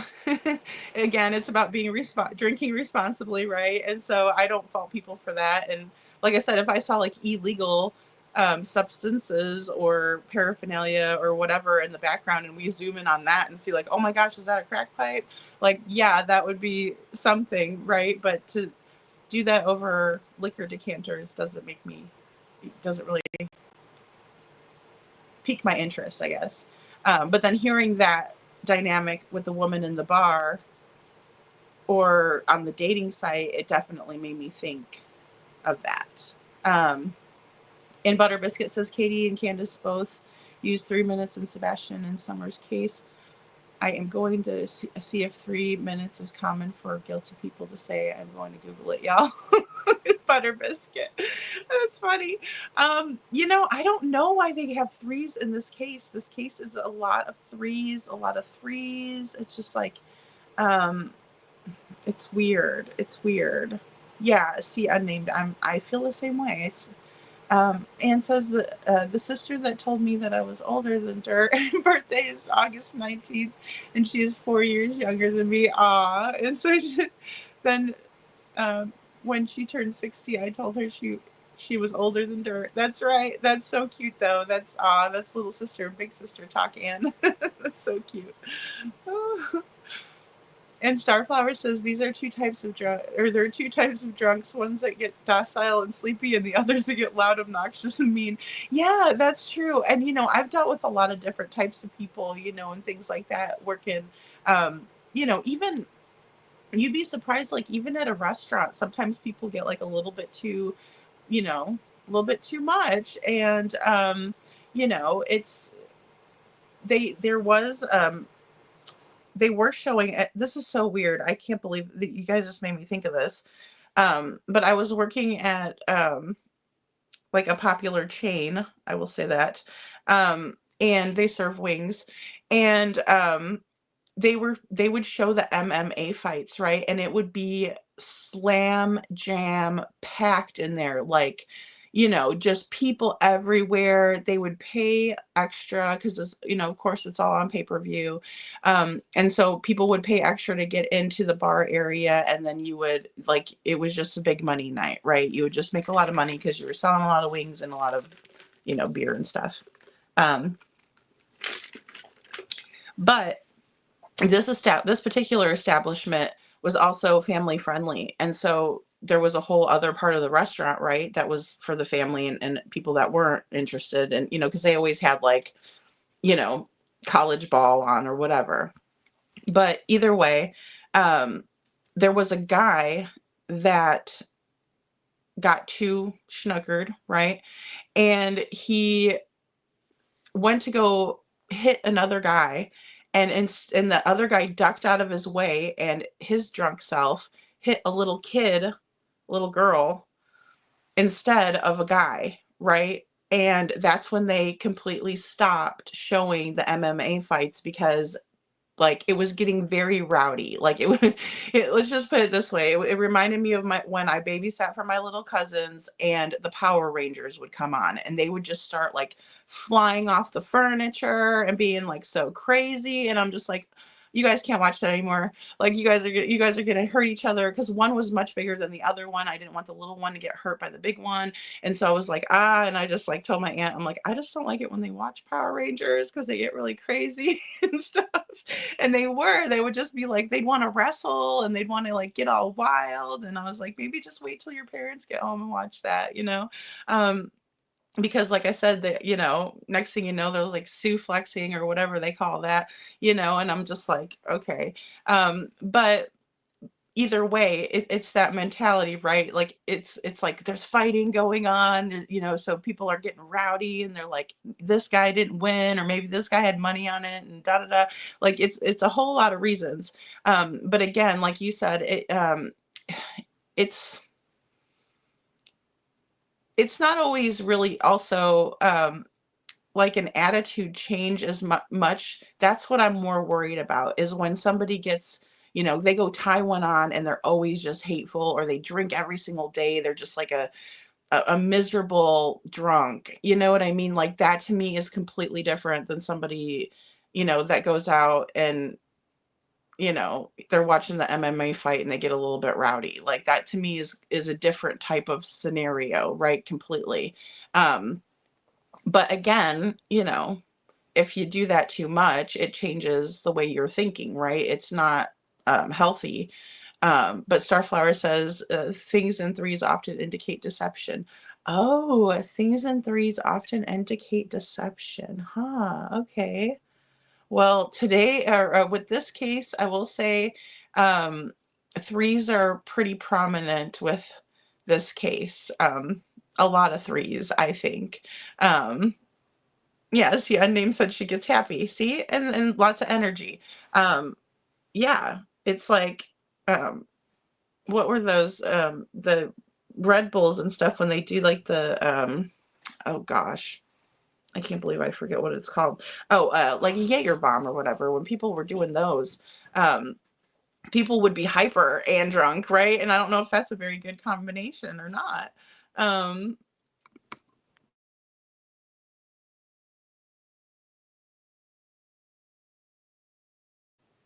Okay, guys, sorry, I was muted there for a second. I wanted to see. Okay, I just wanted to make sure that I put that one in there too. Okay. Oh, okay. Peter Hyatt did see Taylor. C. Taylor says, I believe it was Peter Hyatt who mentioned that threes in a case have some meaning. Okay, Peter Hyatt. I always liked watching him, so I'm sure I could go over and check him out too. But I didn't hear that. I just know that there has been a lot of threes in this case. It's just like a one of those coincidences, or numbers. And Vanna, good to see you, Vanna. She says, and the Yellow Jacket Man is Richard Bishop, and KP has been linked to him. Is a real estate attorney in PA. See, and that's the thing, I keep hearing about Bishop, but does he have a website or something where we can look and see what he looks like? Because I don't know, that's just really bothering me. He said maybe I could check it out later. Richard Bishop, I already have him written down a million times. Real estate attorney in PA. What's Katie's connection to PA? Was she ever? I mean, Great Lakes is where everybody does naval training. For the most part. I mean, there's Norfolk. There's there's a lot of places that kind of Navy seamen go. Oh, okay, yeah, okay, Vonnie, you watched Lolly, yes, Beautifully Broken. I did watch some of her. I didn't get to catch the entire live, but it looked good. It looked very good. She says, what do you know about her saying KP was discovered setting Seth up in a campaign to direct a lot of people against him? I think that that would be, I think that that would be very believable. I think that would be, gosh, let's see.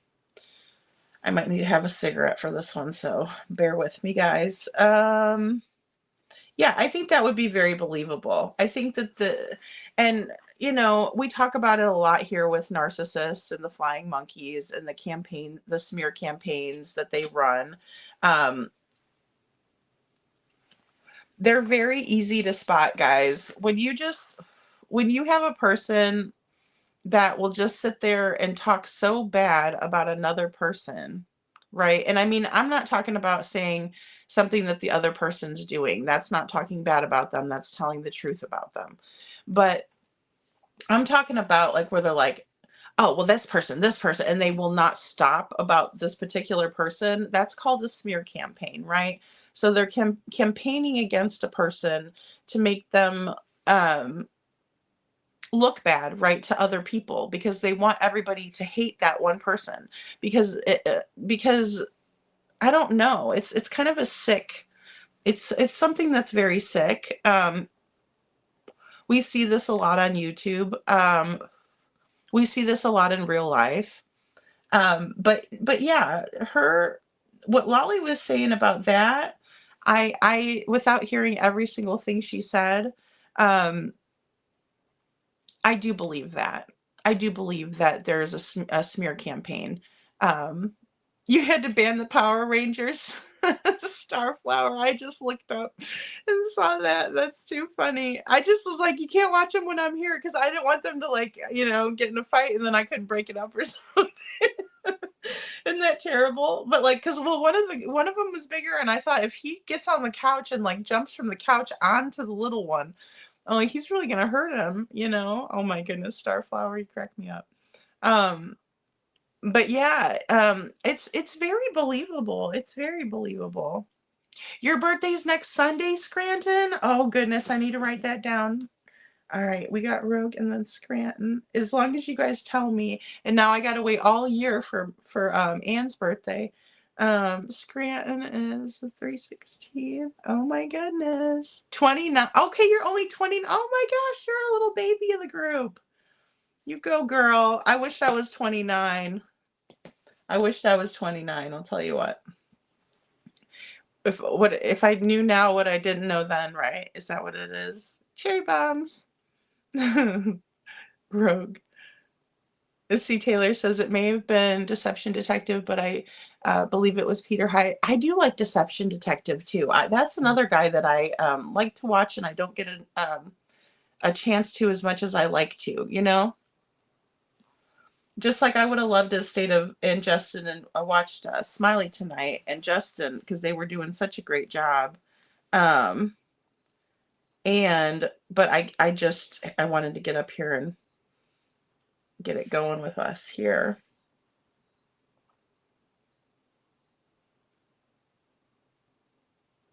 Give me a second. Found footage. Oh, did I look at the wrong email? I saw an email pop in, guys. I was just going to check it really quick, but.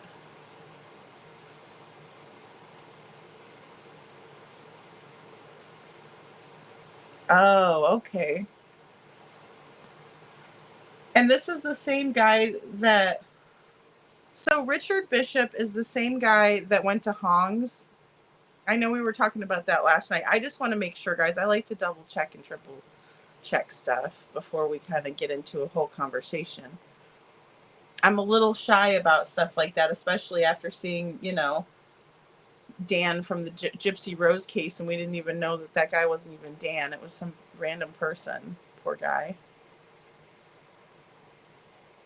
Oh, okay. Posted a pic and then on Facebook.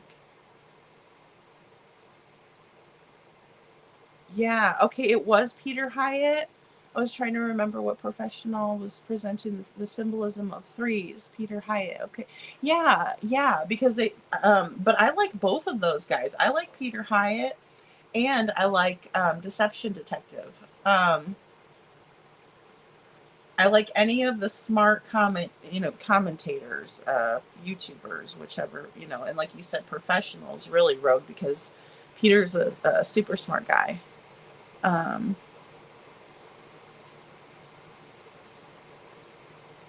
Yeah, I have this one, guys. I'll show it to you. Now, this is an attorney, so this is a website, and that, this is why I don't mind even showing, just for speculation's sake. Because I don't want to, like, blame anybody, obviously. But it says Richard Bishop, attorney. I mean, he resembles that guy. I will say that. But that's a Richard Bishop in PA.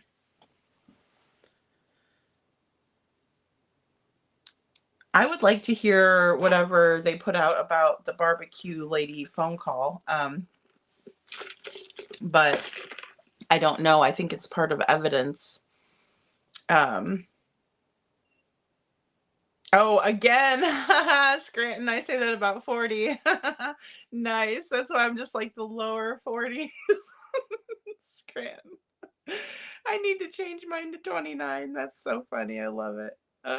Side by thing.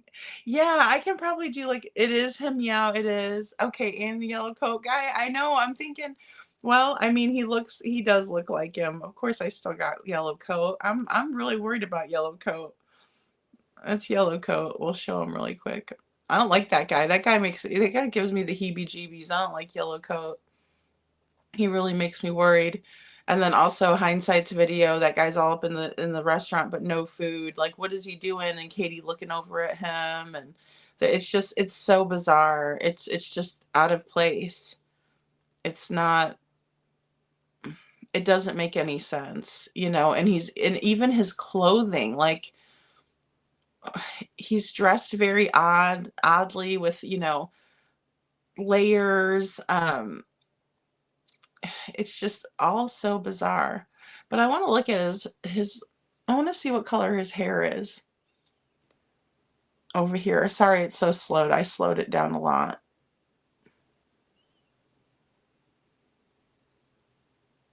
I mean, he does resemble him. He's puffier than he is, like, he's got more clothes on and stuff than he is.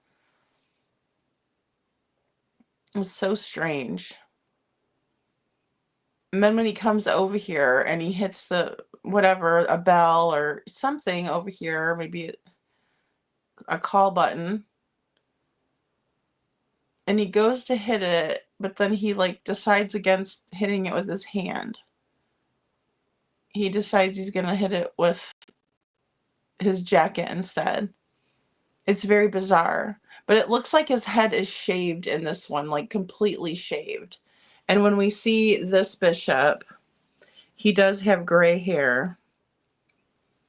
And it's thicker gray hair. Like, he's got like a big bald spot, kind of like he's got the Homer Simpson going, right? He's got the Homer Simpson going, in my opinion. But his hair is a little bit, I'll show it like this, maybe it'll be a little bit. He resembles him. I will say that. He resembles the yellow jacket. The yellow jacket man. Yeah, it's shaved, huh, Sharon? It's like, it's so, like, it's the lowest it can go, like, completely shaved. The Vegas lady, and she mentions Richard Bishop. Yeah, I know, Tanya. I watched a little excerpt of it. Here, I can play it. For you guys. Hold on.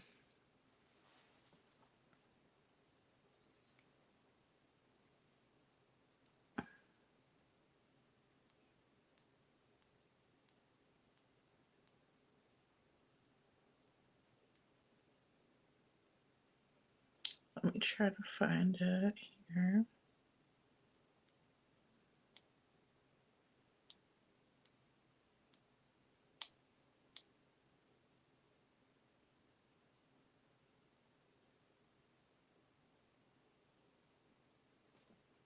Oh, is that the whole one? Oh no, that's the lolly one. I don't want to watch the whole lolly one. I mean, I will watch that whole one, but I don't want to play it right now because we'll be sitting here for an hour, and I don't know that she'd appreciate that much.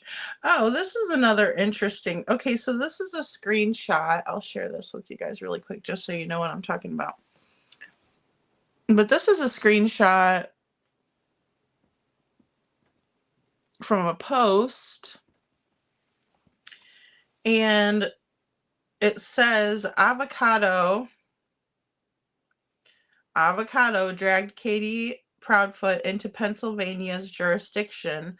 Now, the avocado audio captured shows Katie directing hate campaigns with false information to accuse Seth Rogers of doing something that she or someone she knows did. Her time has come. It has come full circle, right? So again, it's just this post. I guess they call Hong avocado, which is extremely racist, guys. Okay, I don't like that. I don't play the race card. I don't like to play that victim card. I think if you've survived through something awful, you're a survivor, not a victim, right? It's not becoming of somebody to play, woe is me and poor me. We all have issues. We all have problems. We've all been mistreated. We've all been, um, you know, the ass end of the shit stick, right? But in the same way, it's, but to call somebody avocado, I don't know. It's just about questioning like your own integrity and character at that point. It's 2025, and I think that like we can all agree that there's good, bad, and ugly in every single person out there. And it doesn't matter what pigment your skin is, that has nothing to do with anything. That's taught hate. That's blind hatred. Um, you know, and it's got no place here. That's for sure. Anybody coming in here calling people avocado, mods, get them the hell out of here, please. That's a toxic person. NC Taylor says, but on PA estate planning, or an elder law attorney is in Tennessee at the Texas Roadhouse. I know, I'm confused too. See, and that's the problem, C. Taylor, that I'm. Thank you, C. Taylor. That is the problem that I'm having here with this connection, the bishop connection, right? Because I'm like, it doesn't. What's the connection, right? How is Katie involved with the guy up in PA? She's not ever been over. And well, I mean, I guess is Virginia geologically challenged, geographically challenged rather. We'll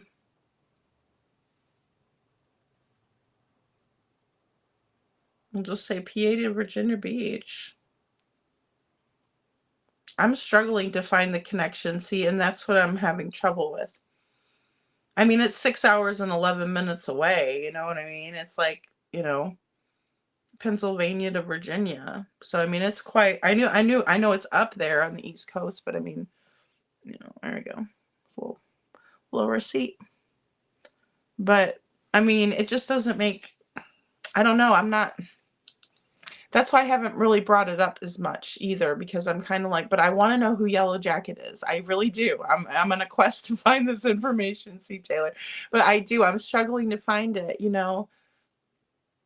Yeah, it seems to be like shaved all the way down, Oh, in my email, oh gosh. Who could be, okay. Oh, thanks, Meow. See, and sometimes I don't see all this stuff, guys. I'm so bad. Now you're seeing.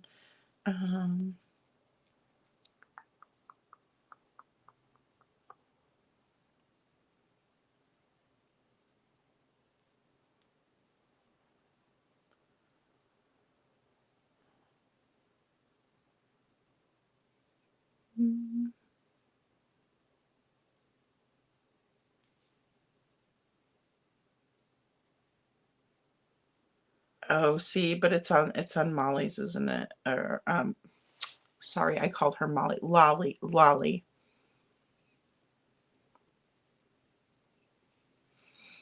See, I didn't get a chance to watch all of it today.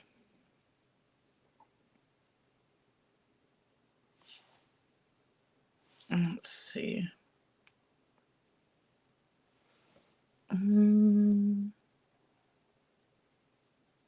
But I did have that other clip. Hold on one second, guys. Maybe it's up more. Okay, here we go. Hopefully I can do this one, because this one's shorter. Now this is going to be about the MMA business, right? About that business. I'm going to have to look through Meow, and I'm going to have to go ahead and maybe do a video for Monday nights on that, because I know she did a good job. She did a really good job. And that's the thing that stinks, is because I'll like start looking, and then I'll be like, oh gosh, I can't watch this because I got to finish this, what I'm doing over here, you know? And sometimes if I don't have the timestamps, but I do like to listen to the entire live. Oh, daylight savings time. That's right, daylight savings time. Ann says, I came to Franklin, North Carolina on January 29th, was the DFW airport, and watched the Challenger. Oh, cool. Spaceship blow up. That's cool. I mean, it's not cool that it blow up, but it's cool that you got to go see it, for sure. I would like to go to the NASA here in Florida. The rogues spring forward. Isn't the avocado a reference to the color of his suit? The color of his suit? I have no idea. I just know how racist those people are. And when I heard them calling him avocado, I'm like, are they trying to say that he's like Hispanic of some sort? Because people really don't understand their ethnicities fully. But okay, guys, here we go. I'm going to go ahead and play this. And now this is just going to go over what we were talking about earlier about the MMA stuff and Katie being mean, right? And according to Seth. So this isn't really like a psychic reading or anything. This is from the Sweetie Pilo channel. But she is not, they're not going to do the reading. Reverend Donna is just talking about some of the things that she talked to Seth about. So here we go. Because I don't have 100% clarity. I didn't listen to the recording. The father was waiting to hear from me. He wanted me to call, so I did. And we discussed, and I just told him some things I remember, and I really felt like he's in no place to hear anything bad, like, right, you know, your son is deceased. I believe your son is deceased, like that. He's not that kind of mindset. He really wants to find him alive. I mean, this is a man who literally lived in San Diego, California. He was married to this woman. And what he told me was multiple occasions while he was sleeping, this woman would drink. She had severe mood swings. And even before he said that, I asked if she was bipolar, because I was just getting, you know, these vibes.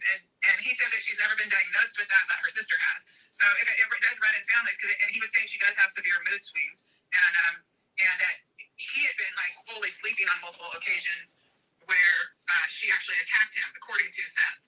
And yeah, so that she did have a history of violence as well. So the stepfather, it sounds like from the chatter, has a history of violence. And according to the bio dad, the stepmother also has a history of violence.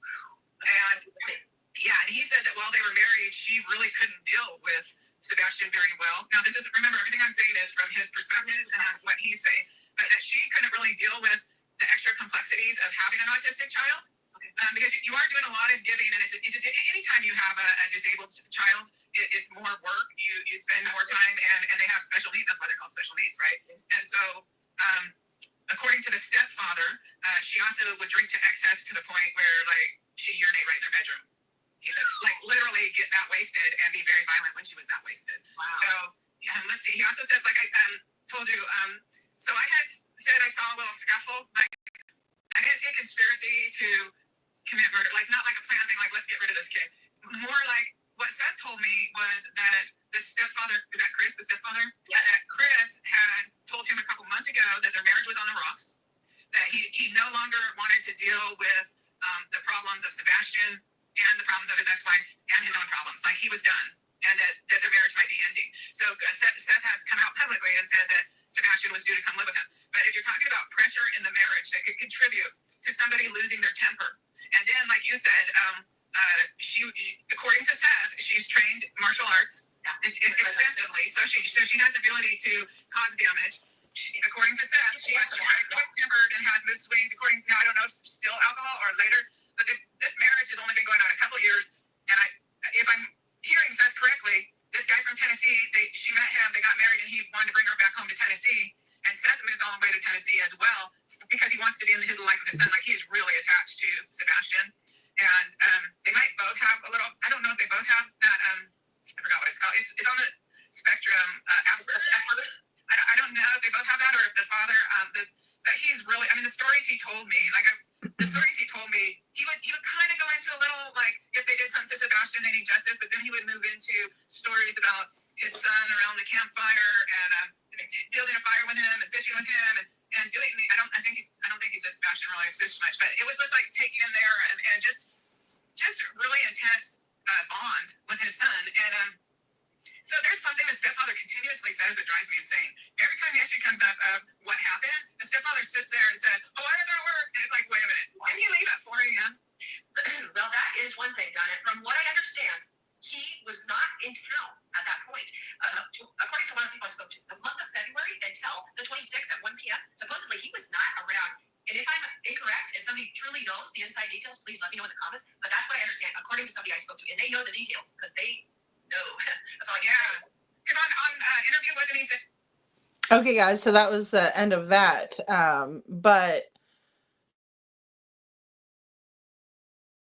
according to Seth, well, according to what Reverend Donna here is saying, according to what she said that Seth had said,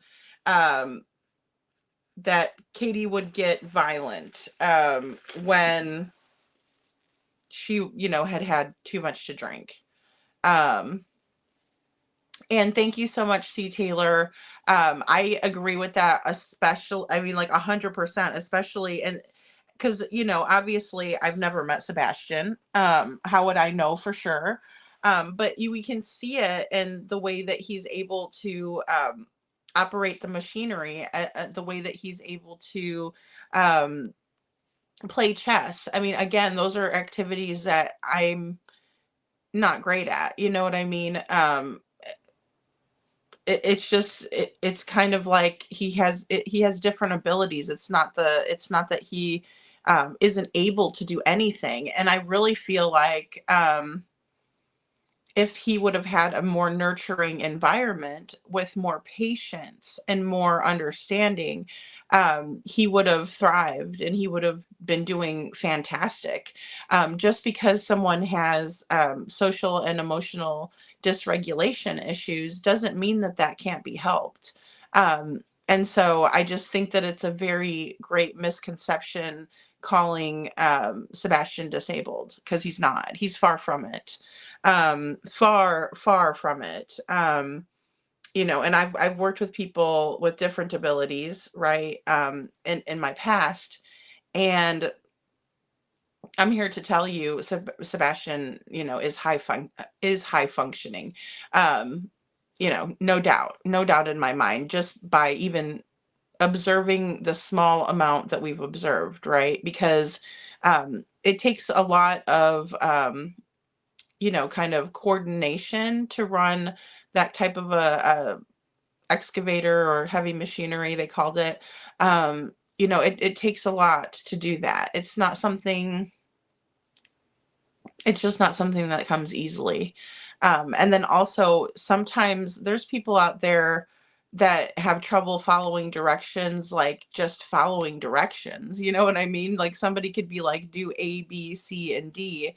And then, they have a lot of trouble staying on the path, right? It's like corralling cats. It's like, okay, well, what are you doing? I told you do A, B, and C, and you're over here doing D, F, E, or whatever. Like, I don't even know what you're doing.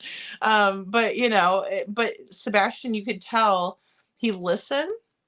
Hey, Forrest, he'll listen to what is going on, and he follows the directions, and that's not simple for many of us, right? Many people. And so, yeah, to say that he is disabled is false. It's false, right? It's not true. And it's unfortunate that there's people out there that kind of want to paint him in that light, or say, like, you know, well, somebody's not gonna take how do I say this?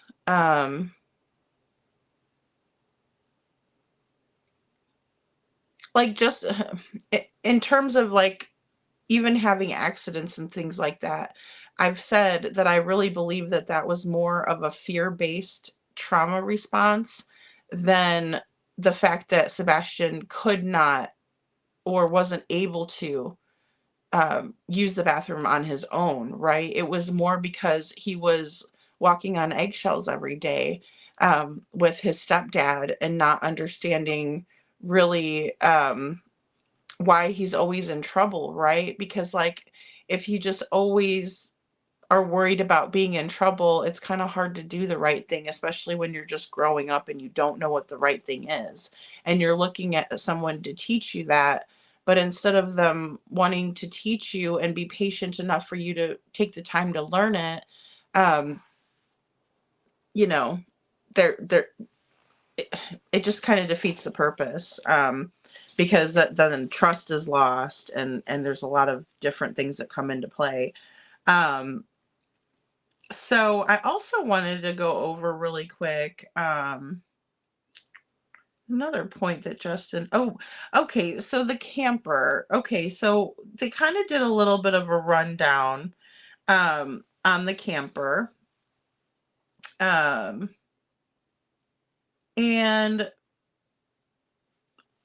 I also, okay, so I had that question. Sorry, guys. I'm just kind of organizing my notes. My bad. But there was a 17-hour ordeal where, when Chris went to go pick up his fifth wheel, he was gone for 17 hours. Apparently Monday, so that would be the day that Sebastian was reported missing, Monday, February 26th. And Tuesday and Wednesday, Seth was at the Proud Feet residence, right? And he was there looking for his son, trying to find out what had happened, right? Well, Wednesday comes along, and there's the fight about the GoFundMe that Seth's sister had created for him to be able to continue to keep looking for Sebastian, right? And I want to say this. None of us were there, obviously. So we don't know what kind of a vibe that Seth was getting, but from what he has kind of come out with, he has stated that Chris was saying things like, what if all of this goes south? What are you going to do? We also know that when he came in, he realized that all of Sebastian's shoes were sitting by the door. He realized that the cell phone was on the counter. He realized that the whole entire house was, in his opinion, pristine, but Sebastian's room was very, very messy. Hey, Lori, good to see you. So, people might say, well, why did he do the GoFundMe so early on? And to that, I would say probably because he got the idea that Sebastian probably wasn't going to be found right away, based on what Chris and Katie were doing, their actions, their demeanor, the way that they handled everything, not calling Seth, right? Not calling him and letting him know that his son is someplace missing. That was the biggest foul, in my opinion, right off the bat that they could have done for Sebastian and for his, and for his dad, because nobody loves their kids like, the parents do in most cases.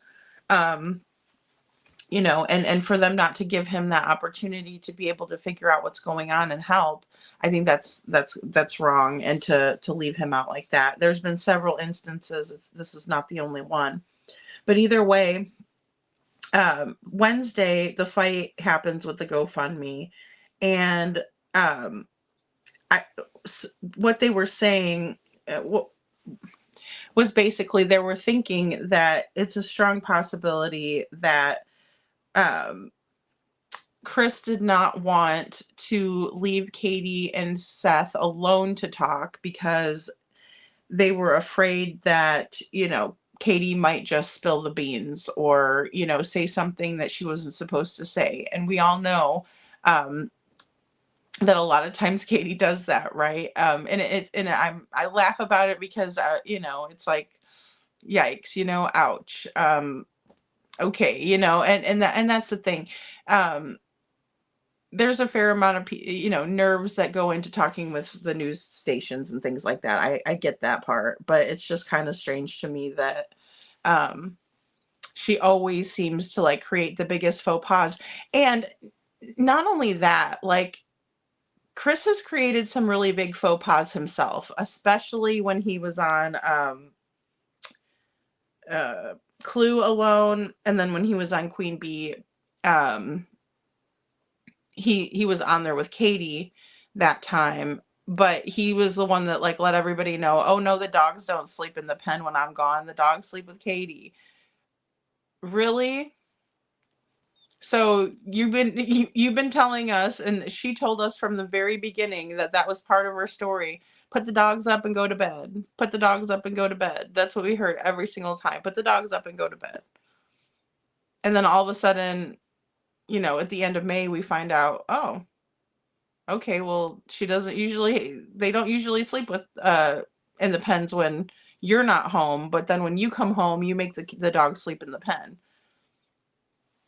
Because the whole, and I mean, it really speaks to how the whole entire household changes when Chris comes in. Like he's the freaking king of the world and nobody else's feelings matter. It's crazy. So either way, they have this fight about the GoFundMe, and people were kind of thinking that it was a way to get Seth away from Katie so that Chris could leave, right? Because within that kind of time frame, at some point, Chris goes to get his fifth wheel, right? Because he's fired, and he's going to be looking for another job, so he needs to go get his camper because he might not be, staying at that same park or something like that if he's at a different job. I'm here to tell you, the camper living, the kind of I don't even want to call it like van life like Gabby did, because it's not that really even. It's just like more like tiny living, in my opinion, because my daughter's grown, I don't have any other little kids, and I wanted to move to Florida, and I want something that I could like quickly pack up and go if I wanted to go someplace, or if there's a hurricane or something like that. So I just thought it would be smart. But with that being said, that's what they're designed to do. It's designed to be like a no hassle kind of thing. Yeah, you have to, clean everything up and make sure, you can pull your slide ins, the pop out part of it, or slide outs in, because I noticed on his, he had a couple, and some of them have several, some of them might have one in the bedroom, some of them might have two, some of them, might completely pop out. There's all kinds of different ones, right? But they're just designed to be very quick, and especially a newer, nicer one. Like the one I have is 2021. No, sorry, 2022. and it only had one other owner, you know, so it's like brand new whenever I bought it. So, with that being said, it's like there's not a whole lot to that. It's not like you're like dealing with like an old rickety deal that you're having to, you know, like, dang, this fell apart on this, or this happened with this. It's not like that. It's a very quick process. And Chris seems to me to be a very tidy person, especially being in the military. And so I can't imagine like what he must have had to clean up that would take him 17 hours. 17 hours, guys, because I'm telling you, I will say 4 hours tops if the place is a wreck. And I'm going to tell you right now, there's when you live that little tiny kind of lifestyle, there's not a lot to clean. You know what I'm saying? Like it everything has a spot and you keep it in that spot, and there's not a lot to really keep up with. That's the whole point, right? You know, because I'll be darned if I'm going to clean like a huge big house that I don't have anybody living in the bedrooms, and what am I going to do, hoard it out or something? You know, like, to me it just doesn't make sense. And so that's why I like living tiny, but it's like that's because I want to like spend my time doing other things and going to the beach and stuff like that. So you know, it's just kind of like that's why people choose to do that. But then he also didn't account for like the drive time, right? Because we know it was like a 3.5 hour drive, you know, back. So he would have been there, you know. I'm not really gonna add maybe the three. I mean, I guess we could add the 3.5 hours there. But you know, 3.5 hours to get there, then you spend 17 hours doing what? And then you have 3.5 hours back. So you're gone for like 24 hours. Plus he took a pal with him. It's just weird, you know. But they were thinking because he wanted to hurry back to the RV, and he didn't want like Katie and Seth to be able to sit there and talk alone, and you know, something might spill out or be said. And I can definitely see where that would be very possible, and you know, even probable. So let's see. Dara said Sebastian went to her home on Sunday. Oh, I don't. Who is it, Sharon? The Modara? Hey, Lori says, besides, he lived paycheck to paycheck. How was he supposed to be there and look without working? Yeah, I mean, you know, and he was always complaining about that, Lori. That was one thing. He's like, well, I got to get to work tomorrow because I don't have a GoFundMe. It's like, well, you don't need a GoFundMe. First of all, you're not looking for Sebastian. Second of all, you're the stepdad. You know, that's up to Katie, you know, and he doesn't give her the support either way. So C. Taylor says a part of Seth's job is to pay attention to details. Even in the traumatic time, he noticed important details, right? Shoes, phone, etc. In my opinion, yeah, absolutely, C. Taylor. And that's the thing. Like he was probably thinking, oh my gosh, because like I think that knowing all of that and seeing all of that, I would be thinking the same thing. Like, oh my gosh, you know, like there was problems in the marriage. Okay, oh my gosh, you know, they wanted Sebastian to move out. Maybe it wasn't quick enough for them. Like he could have been thinking anything at that point. And then also he got upset, what was it, the Monday, because allegedly Mama Bowersox was like, you know, I can't wait till we go on vacation, the jewelry. And she was, you know, everybody was acting like, you know, shockingly cavalier about the entire situation. And he's just sitting there like, oh my God, like probably like bubbling inside, like, oh my God, my child, where is he? And like they're talking about vacations and jewelry. And so he's probably really upset, and realizing like, I need to do something and I need to do it now, you know, kind of thing. Like I better get cracking.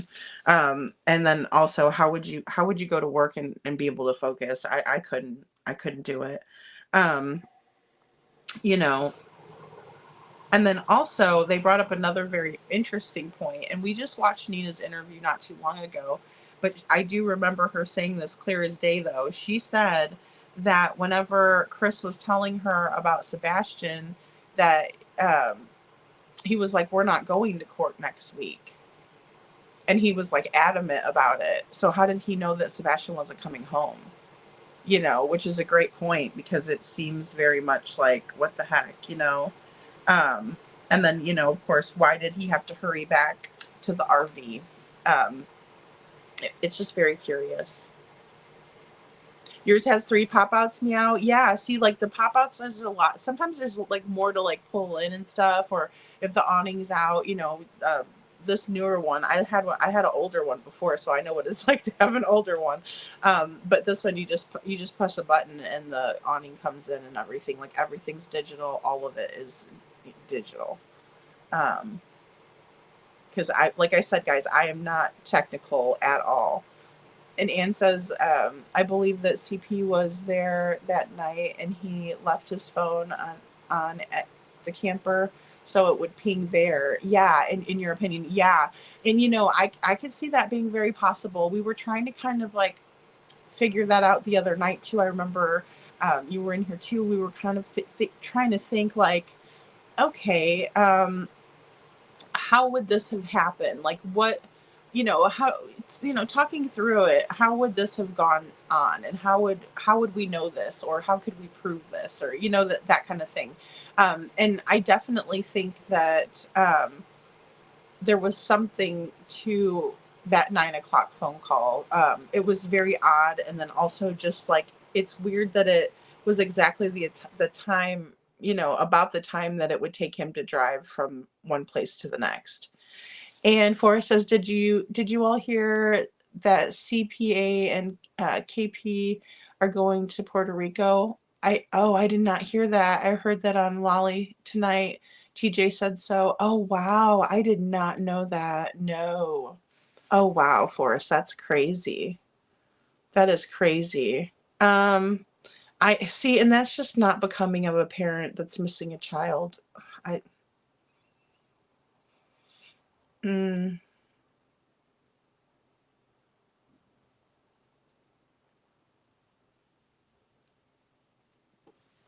Yeah, we were the burner Forest is another one that I'm thinking is a strong possibility too.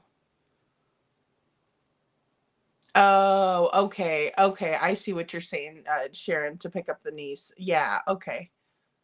Yeah, it would. Yes, I understand what you're saying now. I was like, at first I was like, wait a minute, what? Yours is older, meow, but you know, but it's still, I mean, they make them just so convenient for that, you know, like if you had to, you know, a lot of people do use them for work and stuff like that. So, they're just so convenient, you know. And Butter Biscuit says Seth is almost turned into, oh, excuse me, turned in letting people just talk. When you just let someone talk, you find things out. Yeah, and you know, I don't think that would have been like necessarily a bad thing either, because it's one of those things that, I mean, Seth, excuse me, Chris was very involved in Seth and Katie's parenting relationship, which I find to be a little off-putting, I'm not gonna lie. And that's just for me personally. For me personally, as a single mom, because, you know, and I do, like, people were talking about, like, what questions would you ask Chris? And I'm like, seriously, the first one I would want to ask him is, why did he even get involved with Katie? Like, you know, why did you get involved with a single mom who has cats, who um has a child who does need different, you know, does have special needs, you know. Why would you get involved with a woman like that if you didn't want your daughter in the first place? According to your ex-wife, you did not want that pregnancy to go further, right? And so it just, I'm always curious about that, because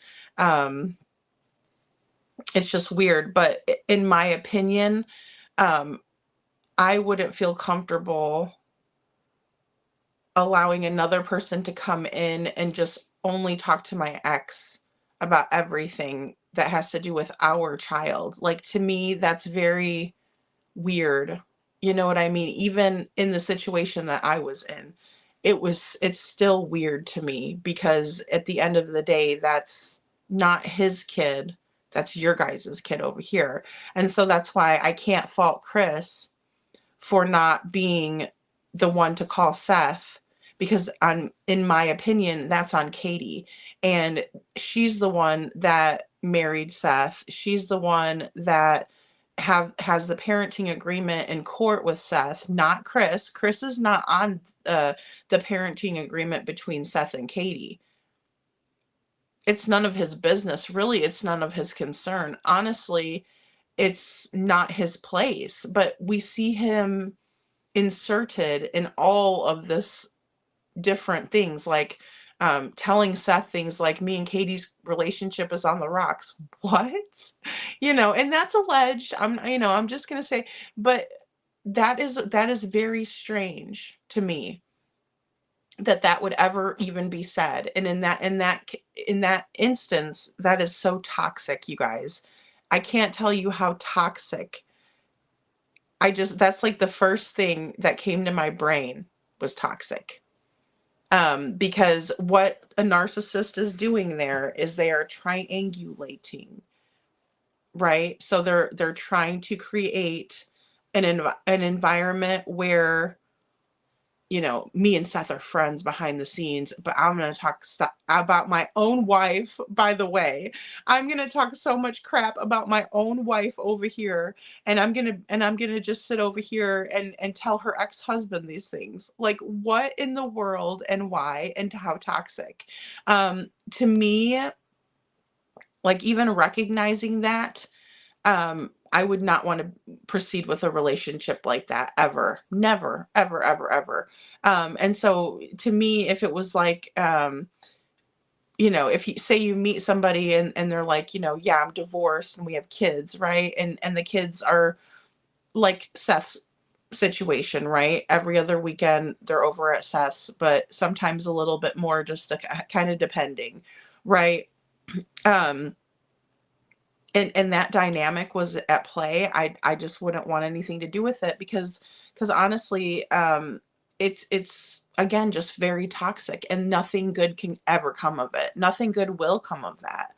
To be like, oh, by the way, our relationship is on the rocks. Like, what does Seth care? First of all, it's weird. It's weird. And if somebody's which, well, I have had that situation happen. And my only thing was like, well, if you thought that he was going to treat you differently than he treated me, I don't know what you want from me, woman. You know what I mean? Like, I don't know what you want me to do at this point. But I'm sorry that's happening to you. But there's nothing that I'm going to do to step in because I'm in fear of my own life from this person. So why would I do anything to help you? Call the police, get away from him.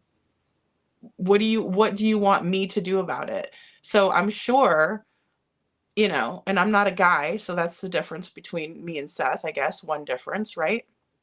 I'm not a guy, but I would think that he would be thinking the same thing. Like, what do you want me to do about that? Like, why are you bringing this to my attention? That is between you guys over there, not me. Now, if it's affecting my son in the way that his life is going, then it's important for me to know that. But what did Chris want to accomplish by talking shit about his own wife to her ex-husband? Riddle me that, Batman. Toxic, triangulation, narcissism, bullcrap. Yeah, the apple doesn't fall far from the tree. That's true, Sharon. That's true. And Forrest says when you have kids together, you have to communicate with each other, and shouldn't allow that. Yeah.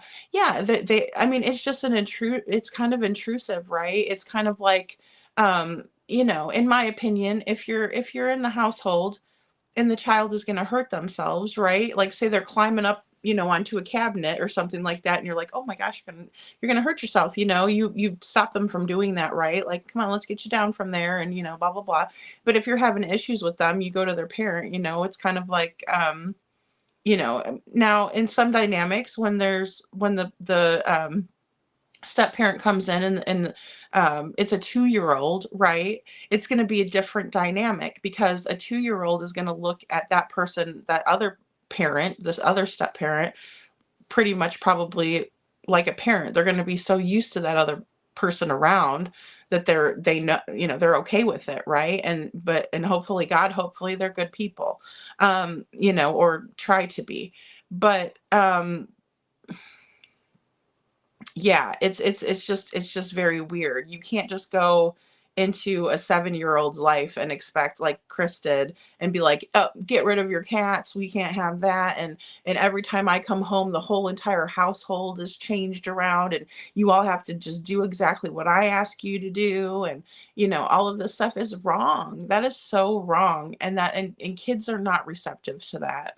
But then on the flip side of that, when the adults aren't even acting like adults and can't even, you know, it's a very strange dynamic. It is. Oh, yes, I know it's probably so late, Anne. I know I need to hop off too because I have to work on that stuff, but I will read your email. I'm so sorry. I know I got back to some people and then I wasn't able to get it back. And I got to a certain point in the emails and then I was like, oh gosh, I better start with this video. I need to finish it up and get it posted. And then somebody sent me the link over for Justin's. I was like, oh yeah, I forgot about Justin's. And then I went over there and oh my gosh, today was so busy, but it was a good day. I got a lot done and I really enjoyed reading Jana's book and stuff like that. But thanks for being here, Anne, and I hope you sleep well. And I will talk to you soon. I'm off tomorrow though, guys. So Rogue says and I wasn't going to take a day off, but then I figured it would be like a long time before I'd be able to like catch up a little bit more. So I want to kind of take an opportunity to do that. So I'll still be researching, but I just won't be live. And Rogue says it was about blaming Sebastian on their bad marriage is why he called Seth, in my opinion. That's a great point, Rogue. So thanks for that. Yeah, I mean, that can definitely be something and a reason why he would have called Seth. It's like, what is Seth going to do though? Like, is he going to go like, Katie, you need to get your shit straight with Chris. Okay. You guys need to get into some couples therapy, I can't ever see that, happening. Oh, of course. No, Anne, I would not do that. I'm so sorry, hon, if you thought, no, we don't discuss. I will, always kind of ask from now on too, not pertaining to what you're talking about, Anne, is different. But I will always ask from now on if it's okay if I share things with other people because of the whole crazy situation that transpired.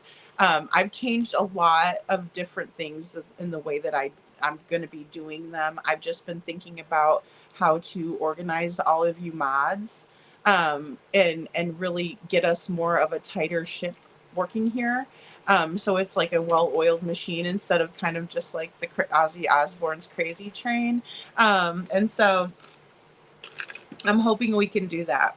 And I'm working on it. So just bear with me, please, guys. And of course, if you guys want a mod, send me an email to the mod squad and we'll definitely figure out if we can get to spot for you.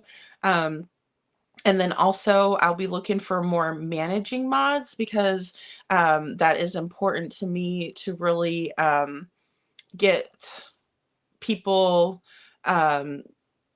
in. I know it's kind of hard because I know everybody has like things going on and it's really tough, especially when I'm on late at night. It's just kind of how I have to have the schedule going. But I want it to be more organized to where I can just send you guys links and stuff like that for every day. So that way you guys can drop links in the chat and things like that. And I'm kind of having to, just make sure that things are run a little bit tighter for my safety and for the safety of the mods and the people that are working hard to help us build and grow this community over here. Because you guys mean so much to me, so very much to me. And I wanted to go farther into all my notes that I took on what our friend Forrest had sent me last night. But I have to kind of organize it a little bit more so I can condense it down. Um, but I really needed to hear that last night. Like I needed to um, it put things into perspective for me that there was many things even in on the community level of our community here at the channel, that I needed to hear, those words and everything, also pertaining to Sebastian's case, and also even pertaining to Crystal's case, because when I was talking about it, um, when I received the email, I was recording the book, and so um, again, it's very difficult, right? Because her story is so powerful and her story is so inspiring. So it's beautiful, it's bittersweet. That's one word that Jana used for it. And I felt that, because I'm like, I want to be strong when I read it. I don't want to, I don't want to falter in my voice or anything like that. So I really needed to read about leadership, read about doing what God wants us to do, what his plan is, keeping the course from, what my purpose is. And so it's really important for me, and it's really important for the future of our channel, because I want this to be an environment where we can all grow and learn and have a good time and feel comfortable. I don't want it to be toxic and yucky and, just sludge and slime. That's the last thing. I will never, ever let that happen. Ever. So if any of you think you're going to come over here and cause any shit, you're sadly mistaken. Okay. So with that being said, but then also, guys, I did want to also go over that parent-teacher conference too. So I know that Chris had started that new position as a crane operator up by St. Jude. He had started that on around the 7th. I believe it was that weekend before, because the parent-teacher conference was on the 9th, which I think fell on like a Tuesday or a Wednesday, something like that. But they were all in attendance, allegedly, in my opinion, Katie, Chris, and Seth, and they were blaming Seth and saying that it was his fault. But again, I have to call bullshit, and I also have to call like co-parenting violation on Katie and Chris's part, because here's Seth that only sees his son every other weekend, sometimes a little bit more than that, and he's getting blamed for all of the behaviors that Sebastian is regressing into, that Sebastian was doing really well with, and then all of a sudden he started having problems with it. Like, how do you figure? And even the teachers were like, what is going on in here? Like, what, you guys are blaming this man over here, but yet Sebastian spends the majority of his time at your house. And also he's the one that wants to work with his, this is all allegedly, in my opinion, from here on out. But if I was a teacher, I would be looking at them like, and he's the one that wants to help him use the bathroom properly, like he was doing just fine with. And you guys are the ones that are not wanting him to do that and wear only pull-ups. Just saying, it's disgusting. And it's horrible for Sebastian. If he can operate Excavator, then he knows how to use the bathroom. If he can play chess, he knows how to use the bathroom. It was a trauma response. And those, guys, just to put it in perspective, we all know that, the saying, I shit my pants, or you know what I mean? It made me shit my pants. I was scared shitless, right? Because when you get scared, when people are scared, that's what happens.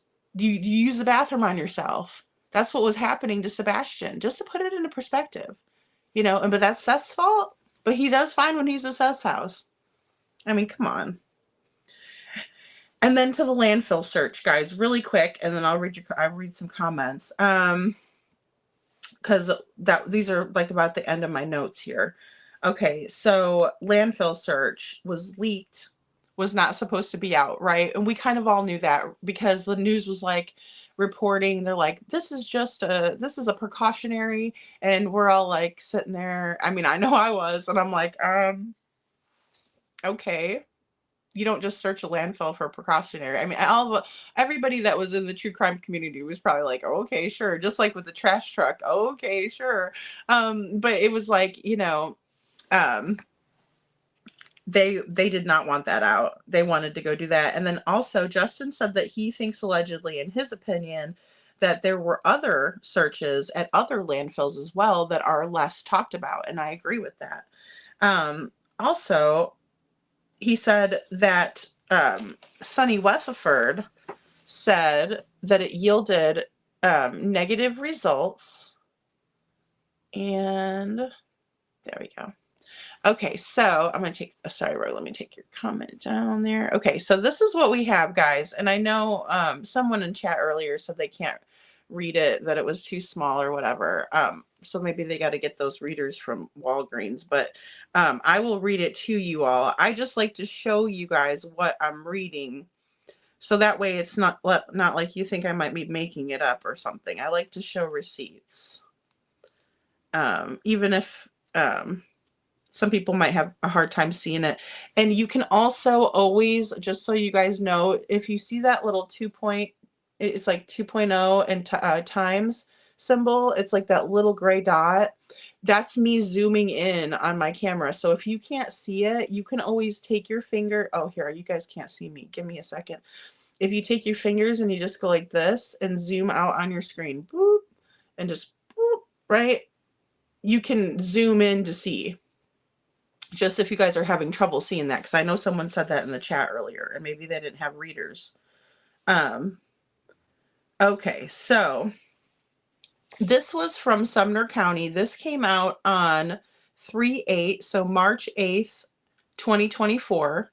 It says, the search for Sebastian Rogers continues as authorities conduct a thorough search of the landfill on 3/8, 2024. Despite exhaustive efforts, no leads or evidence pertaining to Sebastian Rogers' whereabouts were discovered during the operation. Sebastian Rogers, 15, was reported missing on February 26, 2024 in Hendersonville, Tennessee. Since then, law enforcement agencies from across the state have been working diligently to locate him. The decision to search the landfill was made in accordance with ongoing investigative efforts, and information gathered in the search for Sebastian Rogers. However, despite the extensive search conducted by trained personnel, including the use of canines, the operation yielded negative results. While we had hoped for a different outcome, our commitment to finding Sebastian remains unwavering. Stated by Sheriff Sonny Weatherford. We will continue to explore all available avenues and resources to bring closure to this case and to provide answers to Sebastian's family and loved ones. The support and operation of the community have been instrumental in the search for efforts thus far. Law enforcement urges anyone with the information regarding Sebastian Rogers' disappearance to come forward and assist in the investigation. Anyone with information is urged to contact 615-451-3838 or 1-800-TBI-FIND. Also, you can send tips to tbi@tbi.tn.gov. So there's that, guys. So we watched the news clip the other night from this statement, right? Because they just like pulled in a little bit of Sheriff Sonny's statement. And he is the late sheriff. He has passed away under, some say, suspicious. I would say more like tragic circumstances. He fell and hit his head at a conference, and he's no longer with us. But he was Sheriff Craddock's, right hand, pretty much. Sheriff Craddock was mentoring him, and he highly endorsed him for sheriff. Same thing with Craddock endorsed Sonny Weatherford. When Sonny Weatherford passed, Sheriff Weatherford's wife and son and family highly endorsed Craddock because they knew that Sonny adored him and really saw a lot of promise in him and believed that he would make a good sheriff. And so they also endorsed his being sheriff after Sonny passed away. So there's that. And, you know, he was saying, yeah, I did, Forrest. Thank you so much. Yeah. Oh. Yeah, it is a lot like that. It's a lot like what's been going on with the channels. And I applied it there. I applied it to a lot. There, you'd be surprised how many aspects of life that really applied to for me, Forrest, because you know, it's just an important reminder that we're doing it you know, for the Lord instead of doing it just because we want to be you know, to our own devices, because we all do our part and we all can make a difference, you know, and nobody has to be hateful to each other, or nobody has to sit and think, you know, I wonder if my role's not very important, because all of the roles that we play is important. I believe that. I really do. Yes, it was on February 7th, 2024. Thank you, Sharon. Yeah, and see, that's what I was thinking too. You know, because I knew when I looked at like a timeline, I was like, so he left for a new job, but then he came home in the middle of the week. But why did he need to be there? Now, again, guys, maybe, you know, maybe I'm thinking wrong, but if it was me and I was a stepmom, okay, I'm a woman, so it's a little different than Chris, he's a man. But if I was a stepmom and there was a parent-teacher conference and there was the biological mother, okay, and my husband would be going to that parent-teacher conference unless they wanted me there, I would not go, okay? Because I can rely on my husband to come home and tell me whatever happened at the parent-teacher conference and what I need to be doing to help. I don't need to be there to be in the freaking mix. Like, I don't understand why Chris had to be there. Like, what did he come home? But he doesn't come home on the weekends. I mean, again, riddle me this.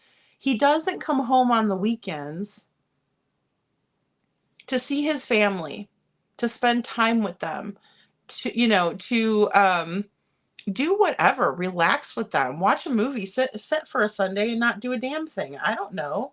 But he doesn't do that. He doesn't take them with in his camper and have a family week where they sit at Yogi Bear. You know, those campgrounds, those KOA campgrounds, those are really fun and family oriented, guys. I mean, I don't know how many people travel that way or if y'all have done that.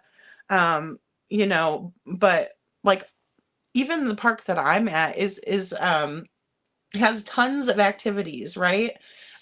They have a whole coordinating team that coordinates activities for people, right? We have chili cook-off. We have a pavilion down here where people will get up and do karaoke. There's bands that play. One of the guys down here, he sings. His wife is a sweetheart. She's always inviting me, but I always do my lives at night. And so I'm never, you know, usually down there. But you know, it's like a little community, but this is more of like retired people that are, you know, Florida people. Some of them are snowbirds. Some of them don't, you know, stay here the whole time and whatnot. They go back and forth. But, with that being said, like I have stayed, at the KOAs and stuff like that. And they're, you know, they're made for families. They're made for kids. You know, they got a pool. They have like a rec room with pool tables. I mean, we got that here too, but a lot of it's more geared toward adults here. You know, pickleball and, we have a whole ass dog park and, you know, there's just, I mean, it's very, it's just depending on where you're going, it's geared toward. But here's, stepfoot staying at a family oriented place, and it never occurs to that guy to take off early like he was. They were saying he'd take off on Thursday night. Why didn't he take off on Thursday night and go grab his family up and take them out for in the camper and do family activities in it? Sebastian liked to go fishing. And then people in the beginning were asking on Duchess, they're like, does Sebastian like camping? Because people see a camper in their driveway, or people know that they have a camper, a really nice camper, by the way, a fifth wheel. And they're like, Sebastian doesn't like camping. It's like, well, have you ever taken him in the fifth wheel? Because that's not camping. I've been camping. That is not camping. That is glamping. Okay. That's not camping, in my opinion. Camping is like when you're sleeping in a tent and you get, got your little rollout deal and your sleeping bag, and that's it, And Rogue says, I laughed so hard when Nancy Grace had said, I'm very familiar with St. Jude's. Rogue, that was so funny too. That was so funny. I did think that was cute. Yeah, Nancy. I thought it was funny too. She's like, do you guys sleep in the same bed? I was like, uh-oh, Nancy knows something. Yes, he loves Dungeons and Dragons. That's right, Sharon. He does. And Magic the Gathering. Those are two social, strategic, it takes a lot of memorization. It takes a lot of understanding and knowing the different, sorry guys, I could take this down now. Knowing the different characters, knowing the different levels of things. Hey, Granny 13, good to see you. Hey, Sammy, good to see you, hon. I saw you over at Justin's. So it takes a lot of doing. It takes a lot of doing. And then Rogue says about the teachers, I wonder if any of Sebastian's teachers have been interviewed. I think they have, Rogue. I think they have, and I think they've talked to, amongst the locals too, because a lot of those people in that area, they kind of grew up in that area, and so they all know each other. So yeah, they have, and the teachers were interviewed also by the news. Sebastian's 8th grade teachers more so from Hunter Middle School. I haven't seen any interviews on the news with his teachers at Beach, though. But I know that Seth went and talked to the school resource officer and the teachers and the principal and stuff like that. And I would imagine Chris and Katie would have too, at the very least Katie. I mean, I would be involved with the school, absolutely, if my child was missing. They wouldn't have to call me. I'd be calling them, obviously, letting them know. And but I mean, in that area too, they live right by the high school, and then you have to pass by the command center, or where the command center was located, which was at the fire station. So I mean, in that little area, I bet everybody knew right away, especially because that was the time the buses would be picking up and school would be getting into session. I'm pretty sure that it was well known, the presence, the law enforcement presence, and everybody's, scattering around and trying to find him, find Sebastian.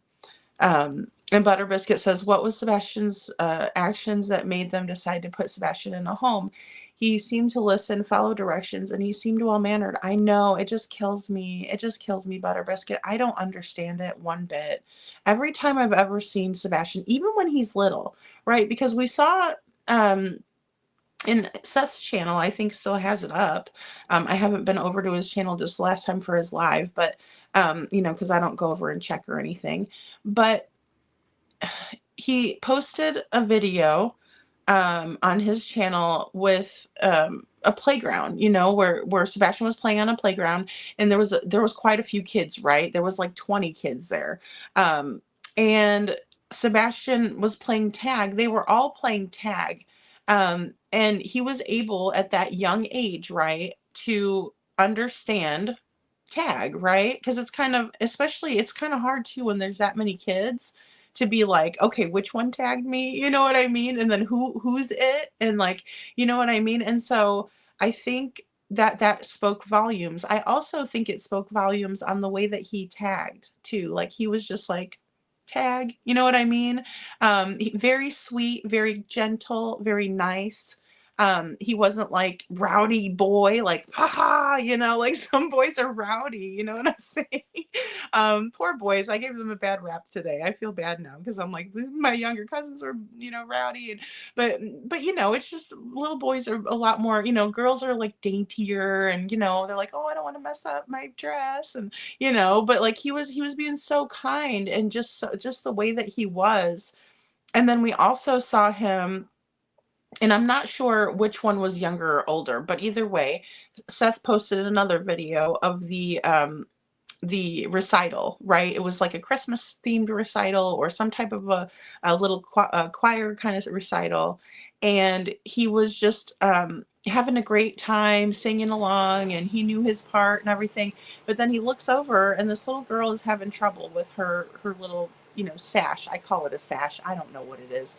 But either way, she's wearing kind of like a little red sash, and he goes over there and he fixes it for her real quick, and then he just gets back into whatever he's doing and having a great old time. And the just the the initiative to be of service to another human being at that young of an age, realizing that another person next to him was struggling and needed some help, and he was quick to step in, right? It's not like he looked over at her like, huh, sorry about your luck. Mm-mm-mm-mm. No, he wasn't like that. He was like, oh my gosh, you need some help. Hold on, let me help you there, buddy. Fixed her up. It was so cute. I mean, I could cry thinking about it. And then he just got back to doing what he wanted to do. You know, it shows character. It shows integrity, right? Actions speak louder than words. So even if we would have had the best sound quality or anything like that, the fact that Sebastian looked over and saw another human that was struggling, you know, and I'm not saying she was having a horrible struggle, but I'm just saying she was struggling, and he helped out. He fixed the problem. Again, I think this should have been my, you know, title for tonight, but you know, if there's a problem, find a solution. Don't just sit there and be like, oh, too bad for you, I'm fine. You know, that's not what we're here for, guys. That's not what we do. That's not what humans are made to do. No, we're supposed to help each other out. We're supposed to be nice to each other, right? If our neighbor is struggling, help our neighbor out. You know, that's who Sebastian is. So to me, when I see that, I don't know what the hell they were thinking, Butter Biscuit, because and you know, it really upsets me that they were even thinking about putting him in behavioral when some of those kids can be really, really rough. And Sebastian having the unique circumstances and issues that he was dealing with on an emotional, social level, that could have really turned out very, very badly. He could have gotten badly hurt. He could have learned very bad habits from those kids. I mean, he could have ended up unalived in there too, or you know, essayed, or something horrible happening in that place. That place I mean, we went over it in that one live where I kind of pulled up a couple of different little bits of research. I found some, you know, Manchester, New Hampshire did a whole expose. It was a 7-page expose on Bledsoe Youth Academy, you know, because they had sent some of their troubled teens down there and figured out that it was like, you know, abuse central. And yeah.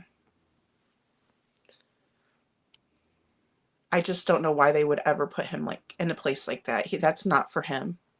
It's not for him. He's not a criminal. He's not robbing things. He's not involved in you know, gang activity. Come on. He's a beautiful child. C. Taylor says it was so sad to hear Seth say that the Proudfoots sent all of Sebastian's underwear to him because Sebastian wasn't allowed to wear them at the Proudfeet's house. And they were ticked that he wore regular underwear at Seth's. I mean, it's awful. It's awful. So instead of helping him out, instead of finding out what's causing this, because it's trauma related, it's fear based, in my opinion. Um, that's so sad. It's like I don't know. It's one of the things that I think made people so.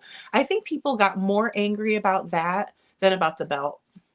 Because a lot of us grew up that way, right? A lot of us, would receive corporal punishment and things like that, right? Some of us deserved it. We did a whole live on that before too. I think people received that a little bit better, even though some people were like, hey, you don't put hands on, a child that has special needs.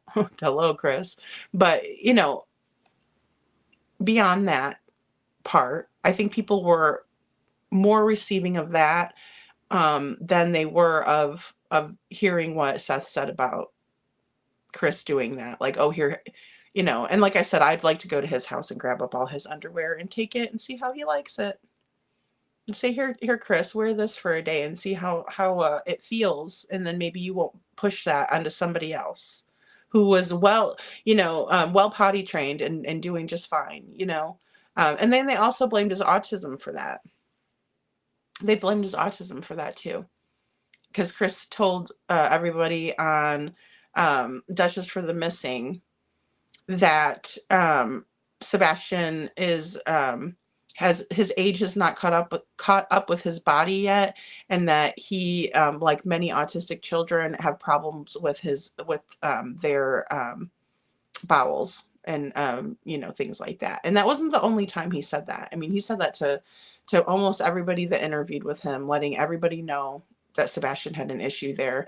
And then Katie would come in and be like, well, he would regress. And it's like, okay, well, go look up. But she called it remission. See, and this is the thing where I don't understand, where maybe Katie doesn't understand the difference, because remission is when somebody has cancer and they're cancer free all of a sudden. So, you're not cured, but you're in remission, meaning the cancer is not, active and multiplying in your body, right?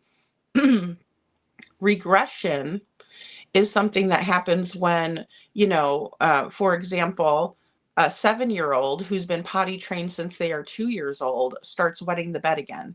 That is called regression. And that is due, in my opinion, to trauma. And most of the time, it's linked to SA trauma specifically. And we know that happened to him. And Rogue says, Sheriff Craddock is not my cup of tea. I have a sneaking suspicion about him. What is going on in Tennessee? Yeah, I know. He's not. I've been trying to give him the benefit of the doubt. We always see how that works, but it is so upsetting, Sharon. It is. It is. I try to give people chances, guys, but you can only give so many. You know what I mean? Craddock's been doing all right though lately, so I've been giving him, the benefit. Yeah. Seth is looking really tired. My heart breaks for him. I wished there was more that we could do as a community. Yeah, I wish there was too. I don't think he's ever going to be okay until he finds his son. That's all he's worried about. That's all he cares about. Yeah, it is so sad, Rogue. It is really sad. Aw, thanks, Forrest. No, I'm very behind in chat, Rogue. I'm very behind in chat. Thank you for letting me know too. Notice the evidence pertaining to. Yeah, okay. See, Taylor says, notice that that says evidence, etc., pertaining to his whereabouts. It doesn't say they found no evidence at the landfill search. Exactly. It only says about, and I'll pop it back up. It only says about Sebastian's whereabouts, and they were hoping. See, and this verbiage, oh, sorry guys, I don't want to pop up that other one from Craddock. Okay. This verbiage is strange too, because some people were thinking that they weren't really looking for Sebastian there, but if that was the case, they may have been. Or maybe they were just looking for evidence of his whereabouts. But for there to be evidence of his whereabouts in the landfill, that means that somebody threw away evidence pertaining to his whereabouts in the landfill, which is not comforting at all. It's like, it's super scary. It's like, oh my gosh, really? So thank you for pointing that out, C. Taylor, because it's absolutely right. It's like, yeah, I know. I wonder what they found too, Sammy. I wonder what they found. It's weird.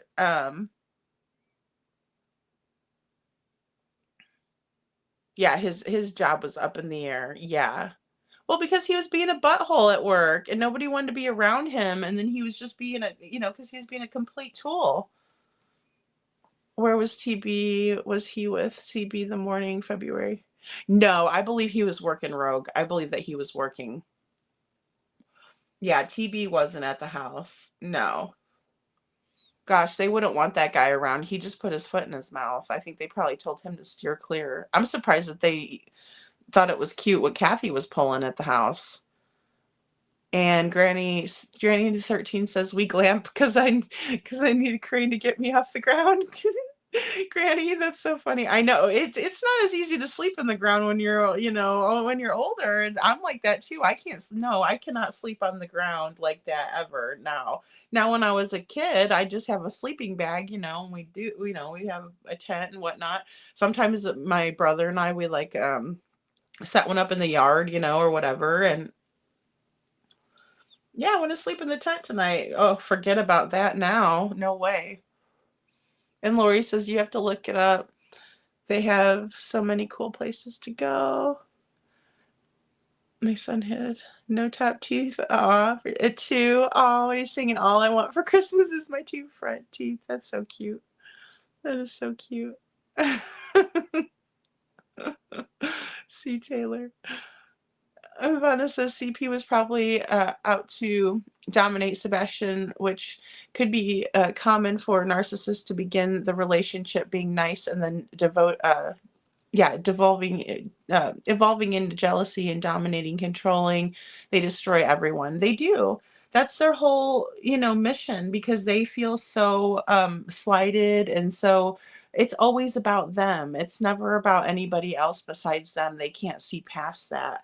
I agree with that, Vonna. And the thing is it's not even about anything, to do with love or, hey, I'm just trying to look out for you. I'm trying to protect you. It's about power and control. Absolutely, unfortunately. And that's a tough pill to swallow, like you said, because at the beginning, a narcissist will treat you like gold and they'll put you on a pedestal, right? And they'll be like, oh, you're, just the best thing ever. And then slowly they just kind of break you down. And I believe that's what happened with Katie, in my opinion, because, she had to have been very far into everything with Chris to like get rid of her cats. You know what I mean? Now I understand that cats are not people, and I know that, guys, but I think that like our pets are a part of our family, we need to treat them like that. And so I just don't see, like, that should have been a deal breaker in the beginning. Like, that's kind of like the first couple dates kind of stuff, right? You're like, so do you like cats? Do you like cats and kids? Because I got both of them. I mean, that's just what comes with the territory of getting to know someone, Oh no, Sammy, I'm glad you're here. If you pick up Chris's undies, please wear gloves. I know. Somebody said they had a grabber that I could use so I could get his underwear, because I wouldn't want to touch it. I was thinking I could just glove up, or a hazmat. Creep in there, grab them all as fast as I can, run. We do have to give the benefit of the doubt, yeah, Forrest, because we're not perfect, and I think that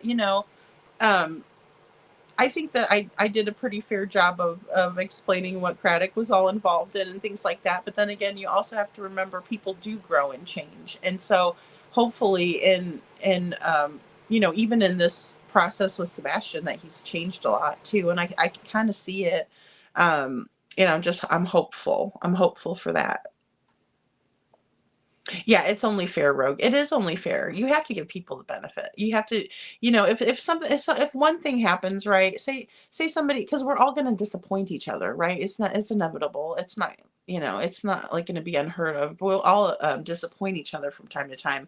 But it's all about intent as well, because if somebody didn't like mean to do it, right? It wasn't like malicious. It's like more like, oh, I'm sorry I hurt you, that happens. But sorry guys if I made that noise in the phone, in the microphone. I didn't mean to.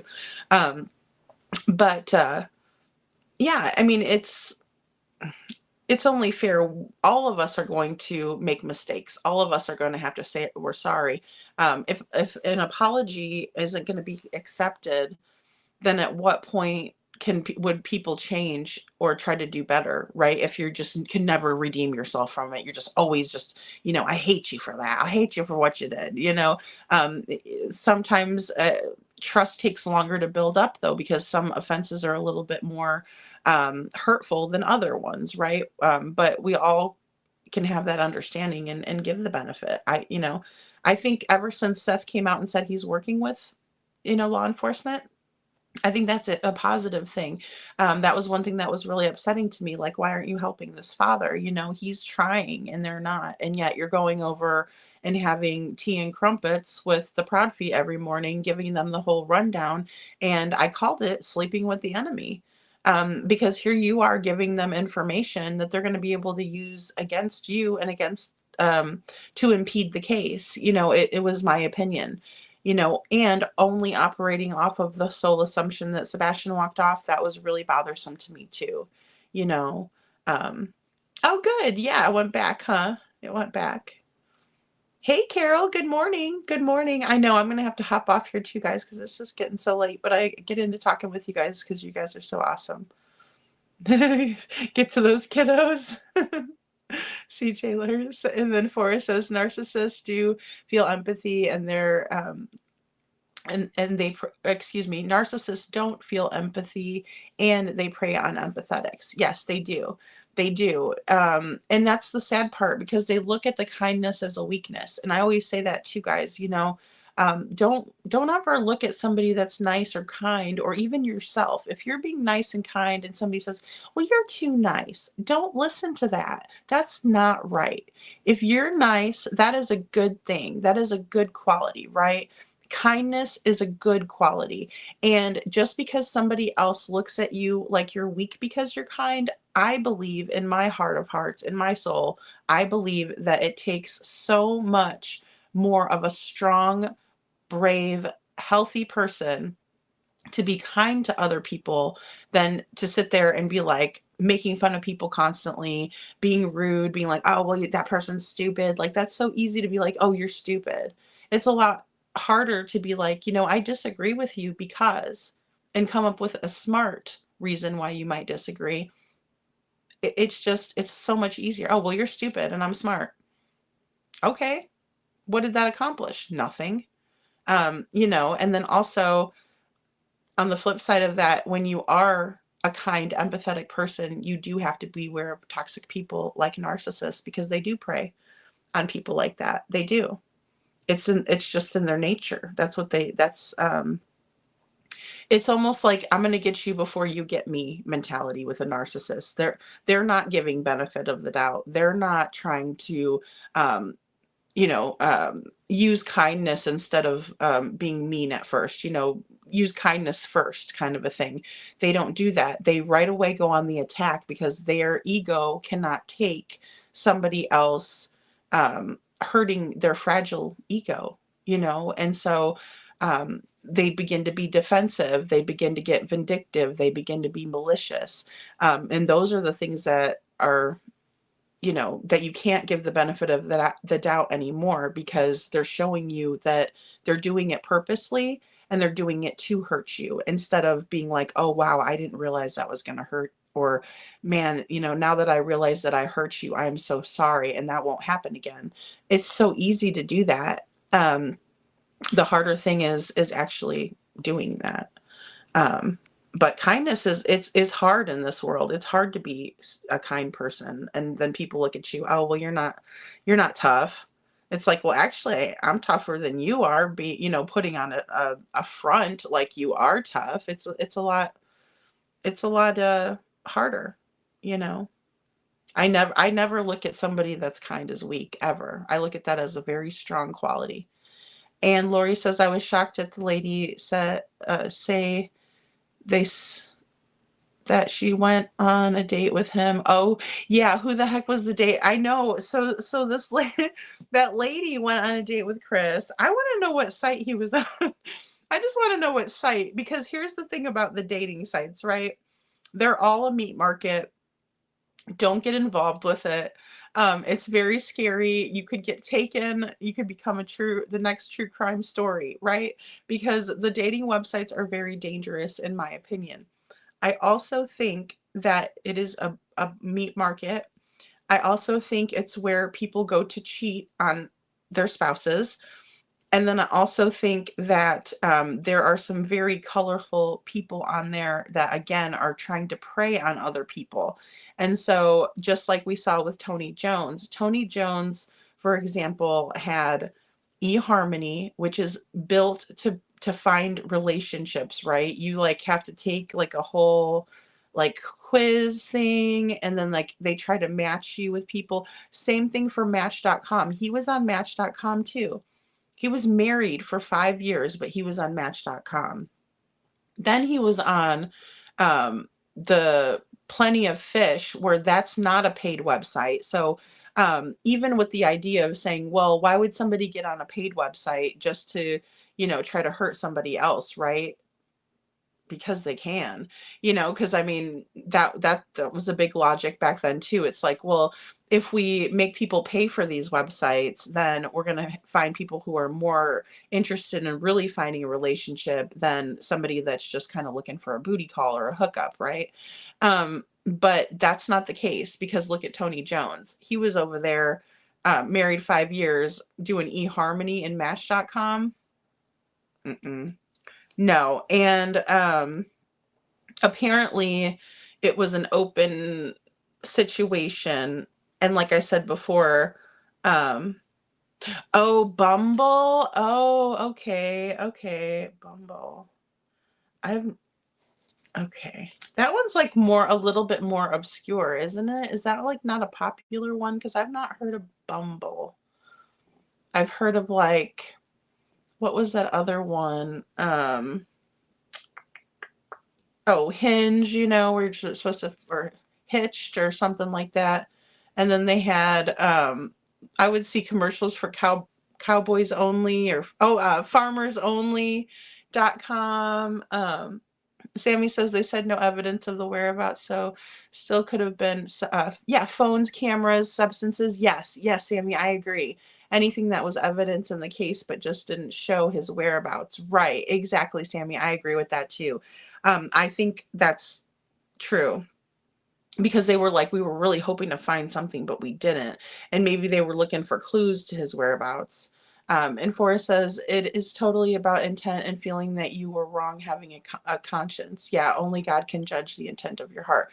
That is so true. That is so true. And you can kind of tell too, just by the way people act. I mean, if they're not showing you that they care, if they're not trying to make efforts, like, say somebody just for a random thing, say someone steps on your foot on accident, right? It was an accident. It's not like you're going to be like, oh, I can't believe you did that to me. You're mean, you're abusive. You're like, no, they didn't mean to step on my foot. They stepped on my foot.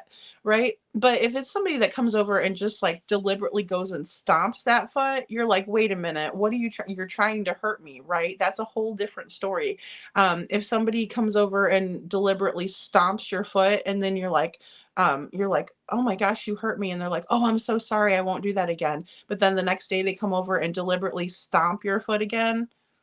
I would get the hell away from that person as fast and as soon as you possibly can, because that person is just, oh, okay, Bumble, Forrest. Thanks, guys. I wasn't sure, and I was like, maybe we could go on there and look. I don't know if it's paid, but like, I don't know if you could look through profiles or what, um, but yeah, it's just like, then you have to realize that, you can't sit there and allow yourself to keep getting stomped in the foot, right? You only have 2 feet and you need them to walk. So you can't, allow that behavior. You have to be like, no, you're not doing that to me again. And that's where it's really difficult, especially for a lot of us who have trauma. The hardest thing for me to, um, like, I've done years of counseling. I'm just going to say that. But so disclaimer, this isn't stuff I came up with on my own. I had to work on this very, very hard. But the biggest thing for me was assertiveness, right? So being assertive, which without being a bitch, right? Because you can be assertive and be like, hey, you can't stomp on my foot like that. You're going to hurt me and I need my feet to walk, right? Easy enough. Or you could be like, what the hell's wrong with you? You stepped on my foot, Like, there's 2 different ways of handling it. Well, there's a couple of different ways you can handle it, a few different, but it's just like, but you can't allow it, right? But there's a way to go about it so that you don't look like you're like a crazy person, right? And you're communicating in a healthy way, right? So you say, hey, look, you stepped on my foot, it hurt me. You cannot be doing that. Like, you have to put firm boundaries in with people sometimes, because some people don't understand it. Some people act like they don't understand it because they're being manipulative. That is the very worst one. Run the other direction. Don't be around that person. But it's very hard when you've been through trauma to trust yourself, to trust your instincts, to trust your gut, and be like, you know what? That person is being malicious to me. That person is doing this on purpose and they like hurting me. And sometimes that hurts because you're a little bit too far into a relationship with that person, or you thought that person was your husband. You thought that person was your friend. You thought that person, was your boyfriend, your girlfriend, and that's across the board. I mean, that's doesn't have nothing to do with gender, in my opinion. Yeah, that's the godly qualities, lady. Kindness first. Yeah, but beware. Yeah, thanks, Forrest. And see, you said it in like, oh, I should have just had you say I should have just had you say it. That's perfectly said, but kindness first, but beware. Yeah, and you always want to be kind to people because you don't know what people are going through. You might be at a grocery store or something like that, and the checkout girl doesn't say hi to you. Yeah, assertive versus aggressive. See, Taylor, exactly. Because I did have a lot of trouble with that because I was traumatized, and so like when somebody would do something to me, I'd be like, oh my God, they hate me. Oh my gosh, like not again, not this again. And then is this person going to try to hurt me? And then I was like, no, it's not that. It's just you have to set that boundary up and be like, look, you can't do that to me. And some people will be like, oh, I didn't even realize I hurt you, and it'll never happen again. But then other people, they're going to keep stomping your foot. And it doesn't matter how many times you ask them nicely. It doesn't matter how many times you say, hey, that really hurt me. It doesn't matter. They do not care. They don't care. They're just trying to see how much they can get away with you. And Forrest says that's when you have to put boundaries in place. And yeah, I needed this talk tonight. Thank you. Yeah, Forrest. Well, thank you. Thank you so much for being here. And thank everybody for being here. I think it's important too sometimes, guys, because I think there's just times where, we're all going through the same thing, but maybe a different way too. So that it always helps. And that's why building a good community is really important, because there's a lot of toxic ones out there that I don't think a lot of people realize that they're in that toxicity. And they just think it's like, well, I'm used to coming here every night. I know all the people in the chat, things like that. But it could just really get to where you're in a bad environment. And then that's hard to get out of too. And too much stuff goes on in life to begin with, so.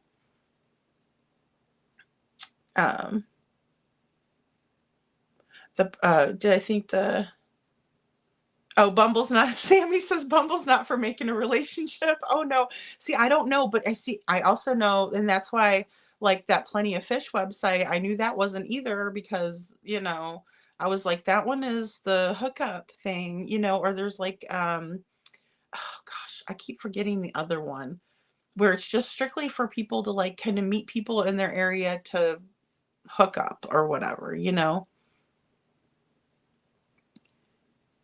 Oh, yeah, you thought the person was family. Yeah, exactly, Forrest. And that's the thing too.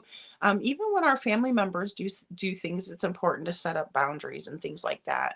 Especially like again, when you're in a toxic relationship, sometimes the people around you don't understand because things are happening behind closed doors. And so when you do try to come out and tell what's going on, people will be like, well, everything seemed fine, or you never complained about the person before. Like they might think that your intent is malicious, right? A little bit because they're like, okay, well, why, why is this? But it's important to remember too that a lot of that stuff does happen behind closed doors, and so some people just don't want to, they're not interested in just causing a smear campaign. They just want the stuff to stop. And so what they do is they internalize it, and they won't talk about it. They isolate themselves because they don't want it like out there. And it's lonely. Then it gets really, really lonely for the person. So um yeah, Sammy is bad. Is bad. And that's the thing, those things are like such meat markets. And then also you don't know who you're meeting on there. And I mean, obviously somebody met Chris Proudfoot after this all happened. So I couldn't imagine that. I just couldn't imagine. Um, Even I can't imagine how that woman feels, allegedly, if this is all true. I'm not saying that I don't believe her, at all. I just have to say allegedly because I don't know. If she sent me an email and was like, yeah, this is what happened, and I would talk with her and kind of make a better decision, right? But in the same way, I think that sometimes too, people might want attention, but then also sometimes people are just like, again, need somebody to say, okay, hey, I hear you. And I realized that this weirdo was in your life and you almost like maybe went home with him or something, or dated him a second time, or got involved with him, or, got into a car with him. God only knows what could have happened. So, Butter Biscuit, unknowing to me, he didn't want me when he was his girlfriend. I said, oh Lord, Butter Biscuit. I know. And see, that's the things that can happen. Yeah. Like, and sometimes like there's some very, very clingy people on there that are not stable, right? And so you think that you're going to meet somebody. And also I think it's, really important to get to know and like, maybe be like, hey, do you have a Facebook page? Like, those are some of the things that you can help, with is like, getting to know the person, and not because like I said, I don't know how long this gal had been talking with Chris before she agreed to have a drink with him. That, I mean, it's a public place, so it's a lot more safe in my opinion. But then again, what if he slipped, and I'll just say this, let's just take Chris out of the equation because I don't want to go down that rabbit hole. But just say you go on a date with somebody, right, that you don't really barely know them. You start talking to them on a Tuesday, and by Friday they're like, hey, let's go get drinks. Who's to say that, he doesn't slip something in your drink? It's